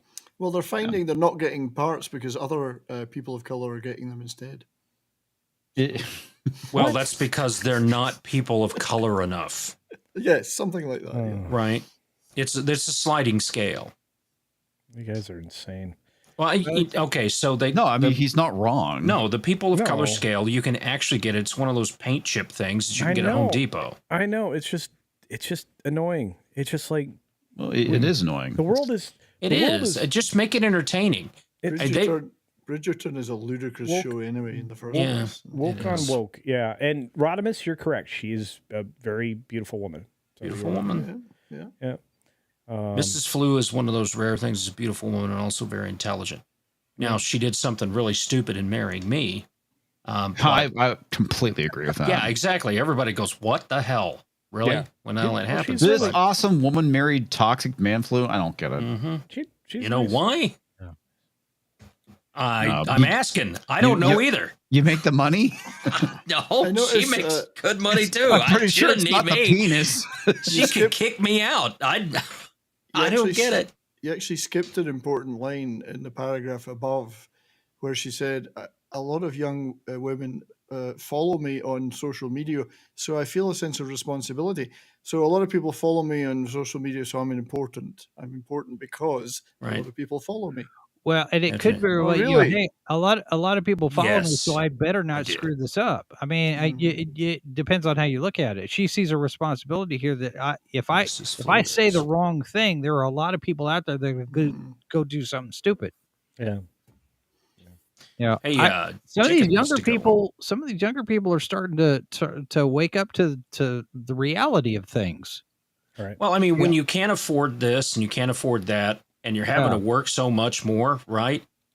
And Jacob said earlier, there's things he can't do because he can't afford them anymore. I mean, inflation's massively huge from last year. Yeah, people they can't. For the first time in my lifetime, it is now cheaper to rent than to buy a house in the United States. That's true. That's 50 plus years. Manowar665, the neighbor of the beast, says something brilliant. 41 months of membership. Thank you, my brother. Holy crap. Yeah, I know. He's been here Wow. forever. I love this Impressive. man. He's a good dude. He says, look at all the shorts. The only thing missing on this stream is the you need to be this tall to ride this ride sign. I'm 5'10". Thank you very much. Wait, Wow. so 41 months. What are we going to play for that? I don't know. What is this Gary clip thing? He needs. Should we play that? Oh, sorry. No, that comes at the end of the show. No, it doesn't. It does. Manowar, do you want the Sherry Slam and Clam clip or Yeah, Muffs play too? that. No, Oh, yeah, play Muffs. Play Muffs. Play the Muffs one? Okay, Muffs. all right, here we go. We're going to play Muffs. Jacob has to go, Culture. Just want to make sure you heard that. All right? Yep. This Pixel Entertainment Network international streaming service presentation is brought to you by Muffs Bar. Muffs Along the Riverwalk has been a popular but hard-to-find pearl in the heart of San Antonio's Forest District. So popular, in fact, our little Muffs is growing. The new home to the biggest clams in the South is located at 6969 Kamanawanalia Boulevard in glistening Glaze City, Texas. Come by and let us flash you our new Muffs today. And remember, Muffs Bar, finger-licking good since 1969. It's very happy music. Indeed. Eric K just eviscerated me in the chat. with I the know super we'll get there. I want to say thanks to him, and I want to say thanks to our buddy Matt G. Matt G in the chat dropped a dollar make you holla. There you go. What? And you got Eric K for $5 saying Mrs. Flu keeps Tox around because he lets her give him the meat. The meat facial. Yeah. Jacob's got to go, folks. I know. Jacob's going to bail. Jacob's a good guy. We like him. What's up, Jacob? What are you doing? Tell people. Someone asked you. Yeah. So I'm Oh, there it is. Boom. Hits him own self. Yeah, so I'm coming up on episode 100 of the Barroom. I think it'll be about like 3 weeks away when we hit 100, 3 or 4 weeks away. So sometime next month I'll hit you up about episode 100. But I got that coming up. I got the Bible Lens on Sundays. We're at like 41 episodes on that. I have a whole bunch of reviews coming out this week for Bounding in the Comics. So look forward to all that. I probably have at least 2 more working on there. So yeah, I'm doing a whole bunch of stuff at a whole bunch of places. So go follow me at Society Reviews on YouTube. So that's about it. Awesome, man. Thanks for being here. We appreciate you. Did I do the clip? Do you want to do the clip where we toss people out in this one? Sure. Okay, I don't Sure, have why it. not? I'm just So we're going to do this for Jacob to be thrown out. Okay. We're just going to do this one. Oh my God, the cockpit. And he's gone. And we he's ejected gone. him. All right, there we fair go. enough. Thanks, Jacob. Thanks, Jacob. He's good. Oh no, what did 70s do? I found that image Man of War was looking for. Oh, there it is. Yeah. Wow.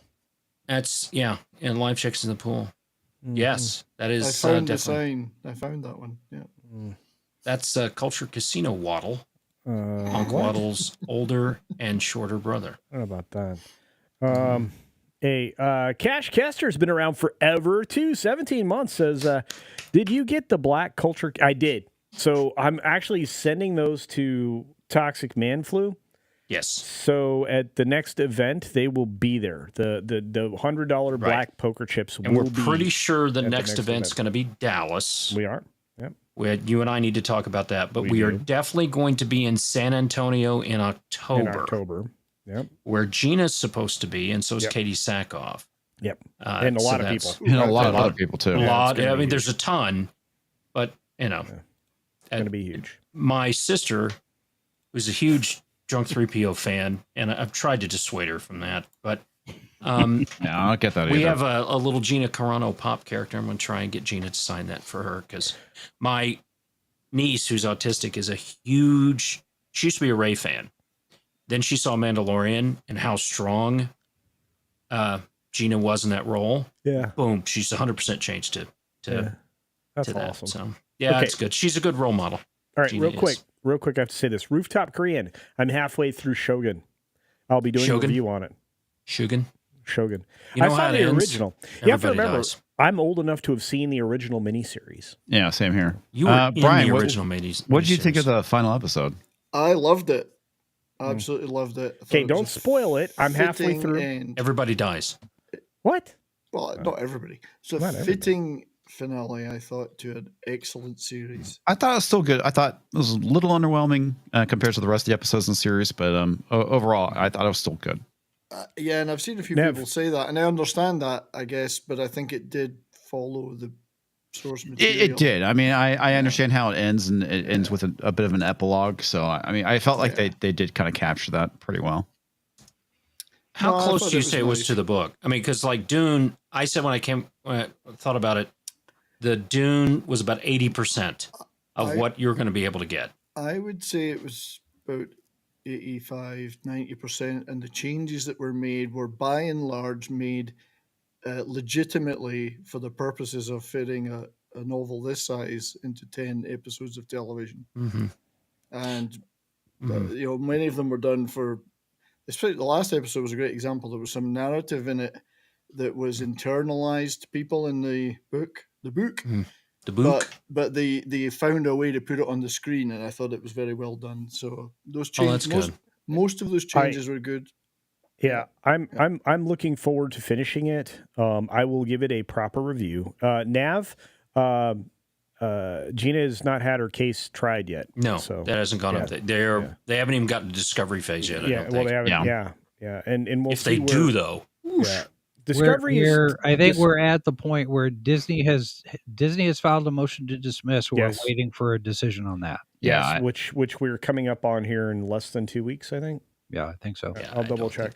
But so no. And the other thing is, so far I agree. We're right on the book. So as long as we stick with the book, how do you say that? Say book? Well, I mean, it's so difficult to take anything like that. The novel. Yeah, the novel and push that out there. And that's why I asked. Like Dune, there's no way you're going to get all of that there. And it being 80% of what was in the book for someone who loves that so much and has read it all the time, so many times. Okay. They didn't change anything it's a of good thing. Let's put it that way. They didn't change anything of real significance. A couple of things were changed, but I understand why they did them. The one thing I didn't particularly like was that I really didn't think they portrayed the romance between Mariko and Blackthorn particularly well. Like a lot of the time you're thinking, well, why is it everyone says they've got this great connection? Because they weren't showing that on the screen. Even Yeah, though, that was part of the 20% was the weirding way. Yeah, that wasn't quite so good. But I thought in overall, as a miniseries, it was really good. I thought the one that did with Richard Chamberlain was really good too. Yeah, we won't see anything as good as it again in a while. I don't think. Yeah, I think that they did a very good job bringing this to life. It's an anomaly. Yeah. Wait a minute. J.S. Pena says, "Did you guys hear that Ripa is in a DC comic book now?" Oh yeah, I saw his video on that. He's like, "Is this me?" They got some guy on there talking. I think he put it on his community tab too. Apparently, they are parroting him in DC Comics, just like they parroted Doomcock in our favorite show, which should have got a second season. She-Hulk. Well, they did the same thing to another YouTuber because he was very much against Dan Slott. He constantly called Dan Slott out. Doug Ernst. They had two criminals named Doug and Ernst, and that was directly pointed at Doug Ernst. All right, we unfortunately we gotta wrap it because we're coming up on that 3-hour mark, and that's long. And I was gonna try to sleep tonight, so I gotta. You can still sleep tonight. Believe me, I get up before you do in relatively terms. I have to set up the 6-minute daily when we end. So I'll say this. I had a great time tonight. This was a wonderful way to break into the official new time slot. For those of you who joined us from Valiant Renegade, this will be your next show, hopefully every single Sunday going forward. And if I'm not here, it'll be Toxic Man Flu, Comics Division, and others in my stead, including Jolly, who is my co-host, so he has to be here. Yeah, we got to do the puppet thing. If you're not here, we're gonna get we're just gonna calling all puppets. Yeah, we're gonna bring in the puppets. Oh, don't do Send that. in the puppets. Some really bad ones out there. Yeah, thank you, Jolly. That sounds bad. This is Flu's bad All right. idea. So check out all these wonderful, amazing.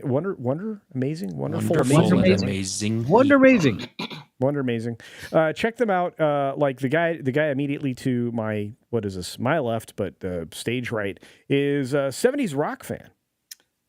Hello. Yes. Well, tomorrow I'm very excited. Tumescent with excitement. In fact, the show tomorrow we're going back to the movies to do another science fiction classic. We'll be talking about the movie A Boy and His Dog, which, if you've never seen it, is a groundbreaking 1970 science fiction movie but I have a special guest who's the guy that's to the other side, Jason of Sci-Fi for Me TV. Speaking of joining me for that show, we're going to have a lot of fun. We've had some of my most successful streams. In my small way, have been the science fiction movies we've talked about, these cult ones. So looking forward to that. Other than that, I'll be at Monday Night Meltdown tomorrow night. That's right. Fun. I did miss last week because I was sick and old. You feeling better? I'm still old, but not as sick. Okay. But I should also plug Saturday nights. Brahma and I, Bourbon and Boarding, we're in full NHL playoff mode and having a lot of fun on these shows. So join us on Saturday night if you're at all interested in the Balds talking hockey. Are the Stars still in it? They are. They actually managed to win a game. They're not out yet, and they're not going to get swept. So even if they go out, they're not being swept, which is good. So they'll win 4 in a row. Possible. Okay, so we're going to do our crossover episode because there it is. Yeah, there it is. 70s rock fan. Tomorrow afternoon. I'm trying to decide which one of those is Don Johnson and which is Jason. I can't quite make up my mind. I can't. My brain won't talk to dogs like that. So, so that's tomorrow at 3 p.m. Mountain Time. That should be a lot of fun with my usual crew and my special guest. There he is. Yeah, I'm looking forward to it. It'll be fun. I got 30 minutes left on the movie, so that's my next thing to do tonight. Is finish that. So. And we're very close to episode 700 on Live from the Bunker coming up here in the next couple of weeks. So Putin's cat is worried about you. Dude, the rad's your cat. That's right. Yeah, well, you know. Mm-hmm. It's why you've got a suntan even though you never step outside. That's right. Are you going through V'ger in that one up at the top? Yeah, just to have something there. That's a little Star Trekky. Yeah. V'ger from the Star Trek the motion picture. Going through the V'ger. Yeah. Speaking of going through the Vidger. You better not miss that exhaust port of the Death Star. Stay on target. Stay on target. Stay on target. Stay on target. Yeah. Quotes the Raven. Thanks for being here. All of you guys in the chat. We're not quite done. We have to say goodbye to all our company. Like this guy. Hi. God, I knew this was going to happen. Your energy tonight has been top tier, bro. Magnanimous. He has been a magnanimous person tonight. Okay. If you say so. Wow. we got Anyway, you can catch me at Comics Division on YouTube and the Twitters. We'll be live tomorrow night. Yes. 9 p.m. Central Time, talking about something entertainment related. And yeah, that's about it. Yeah. Okay. Well, thanks. We'll catch you next time. Thanks, buddy. Thanks. All right. And we'll go from can go to hell. one guy not that's really. got He's a something swell guy. stuck up his ass to another guy that's got something. You weren't supposed to tell anybody about that. I got penicillin. Oh, that was funny. Well, if you have it, make sure to stab toxic man flu in the heart with it. Because hey. Is he allergic to penicillin? Yeah, Yes. maybe. Actually, also, shout out to Jolly for being a big fan of The Thing, which is hands down the best horror movie ever created. So, the best movie ever created, in my opinion. But I would agree with you, sir. That'd be debated. In fact, I believe that Jolly's blue manhood is nicknamed The Thing. Ooh, hey now. That depends on who you're asking. That could be debated. Master debated, in fact. Yes. Oh, there we go again. That was funny. Several times. Speaking of masturbation, come check out my shows on Saturday night. Where we do that's great. Lots of booty breaks and lots of good stuff. Puppet antics. Having so much fun, and you don't want to miss it. And we lead you right into the 70s rock fan show. And hey, I'm almost to 3K subs. We're getting real close. So throw me a few more if you can. And I am Jim Henson's middle finger, fighting back against the desecration of our precious Muppets. Fair enough. Well, Tox, you want to tell everybody where we're at with this week? What am I doing? Your job. Oh, that. Thanks, Jolly. Hey, so thanks everybody for being here. We're going to make this 8 o'clock show work. Yeah. Culture deserves it. He's been a hardworking person over the last year or so. Nobody deserves your sub and more than Culture Casino. Well, I appreciate it, and he does. He very much does. So I had an extraordinary evening for our first official time slot. It was good stuff. And wait, did you say Culture deserves to be a sub? No, that's not debatable. It deserves a long tube full of semen. What? Wow. That's so he's a submariner? Submariner? I don't get it. All right. Anyway, tomorrow night, Monday Meltdown, 9 p.m. Central. Some of the same crew will be there. We'll be talking about multiple topics that we're going to be voting on tomorrow. And then later on Wednesday, Yelling at Parked Cars for Comics Division is going up. And then Thursday will be the Thursday Night Throwdown. A couple of people I know will be seeing The Fall Guy. Mrs. Flu might go see it and take my place because I will not be there. Well, I might be there Thursday, but if I am, it'll be behind the scenes. Okay. Trying to do more of that, be more behind the scenes, and try and direct some of that stuff from there. But 6-minute dailies going off there. You can catch Culture on Midnight's Edge in the morning. You can catch him on the Hcast with Mr. H. Yep. You can catch him on his own 6-minute dailies. And you did a news break yesterday. Yep. Saturday shows are coming. We're going to have a Saturday news break. It'll be a little longer than the one we did, but looking forward to that. Culture always likes it a little longer. So, folks, let us know what you liked about this. Go out to Culture's. We'll put some kind of poll out there. Yeah. Do you like the Sunday show? Do you want less culture, or do you want more culture, or whatever? We'll do something out there. More poll, I think. More poll. No poll. Jolly has. They want more puppets. They want more puppets. That's definitely what it is. More stuffing. That's cotton. What we need. More cotton. All right. And here's the man himself.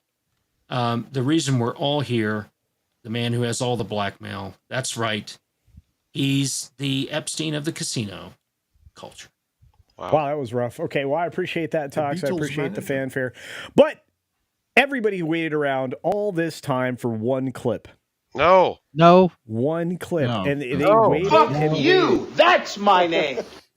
And I will give it to you. Oh, I come will on, give you man. your clip. And then I'm going to give you the outro. And you DJ can Ronnie say, G wearing a punk ball shirt. and you can say AOAO all you want.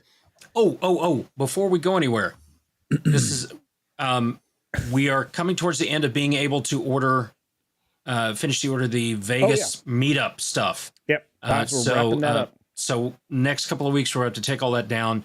Next Sunday and on tomorrow night, we will play the clip that has the QR codes so you can go out and get that. But go to comicsdivision.com, go and look at the meetup stuff there. The Vegas stuff is going to be coming down in 2 weeks. Okay.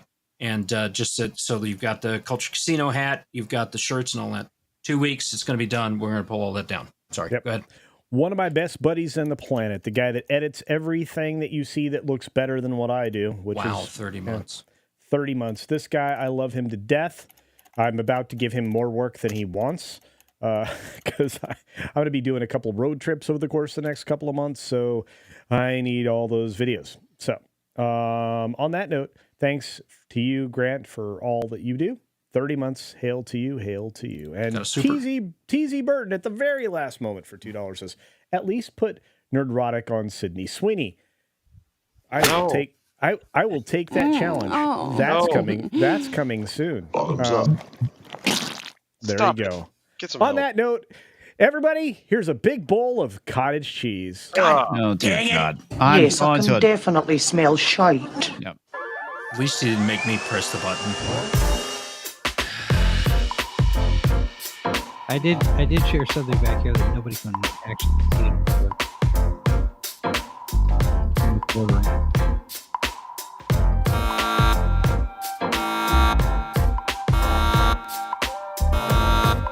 Stop that.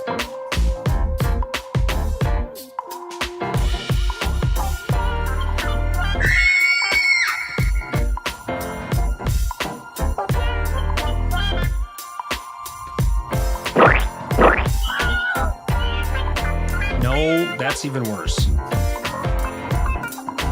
Gary Blue and the Cellulites.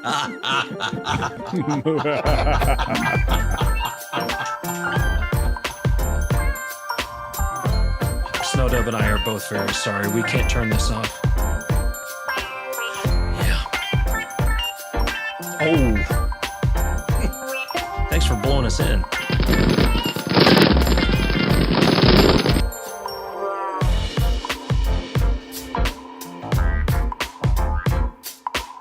Have a great night, everybody.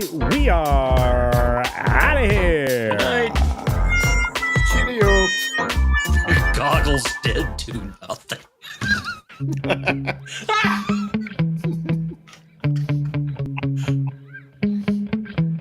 Yeah.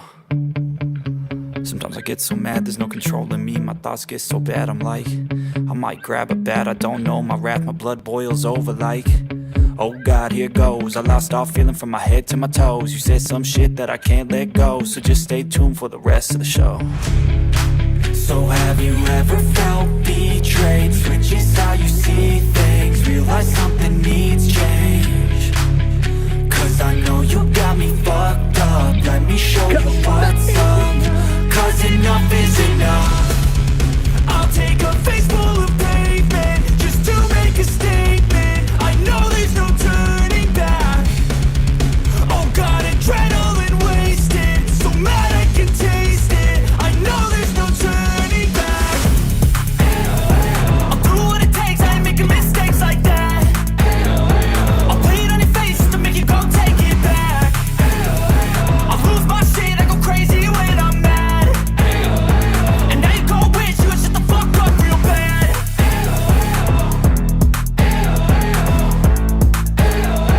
And now that I'm gone, yeah, I know there's no turning back.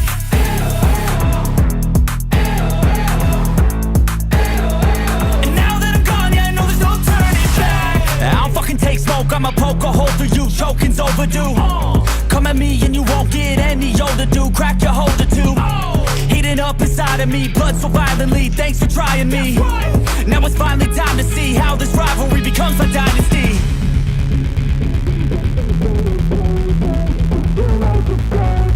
I know there's no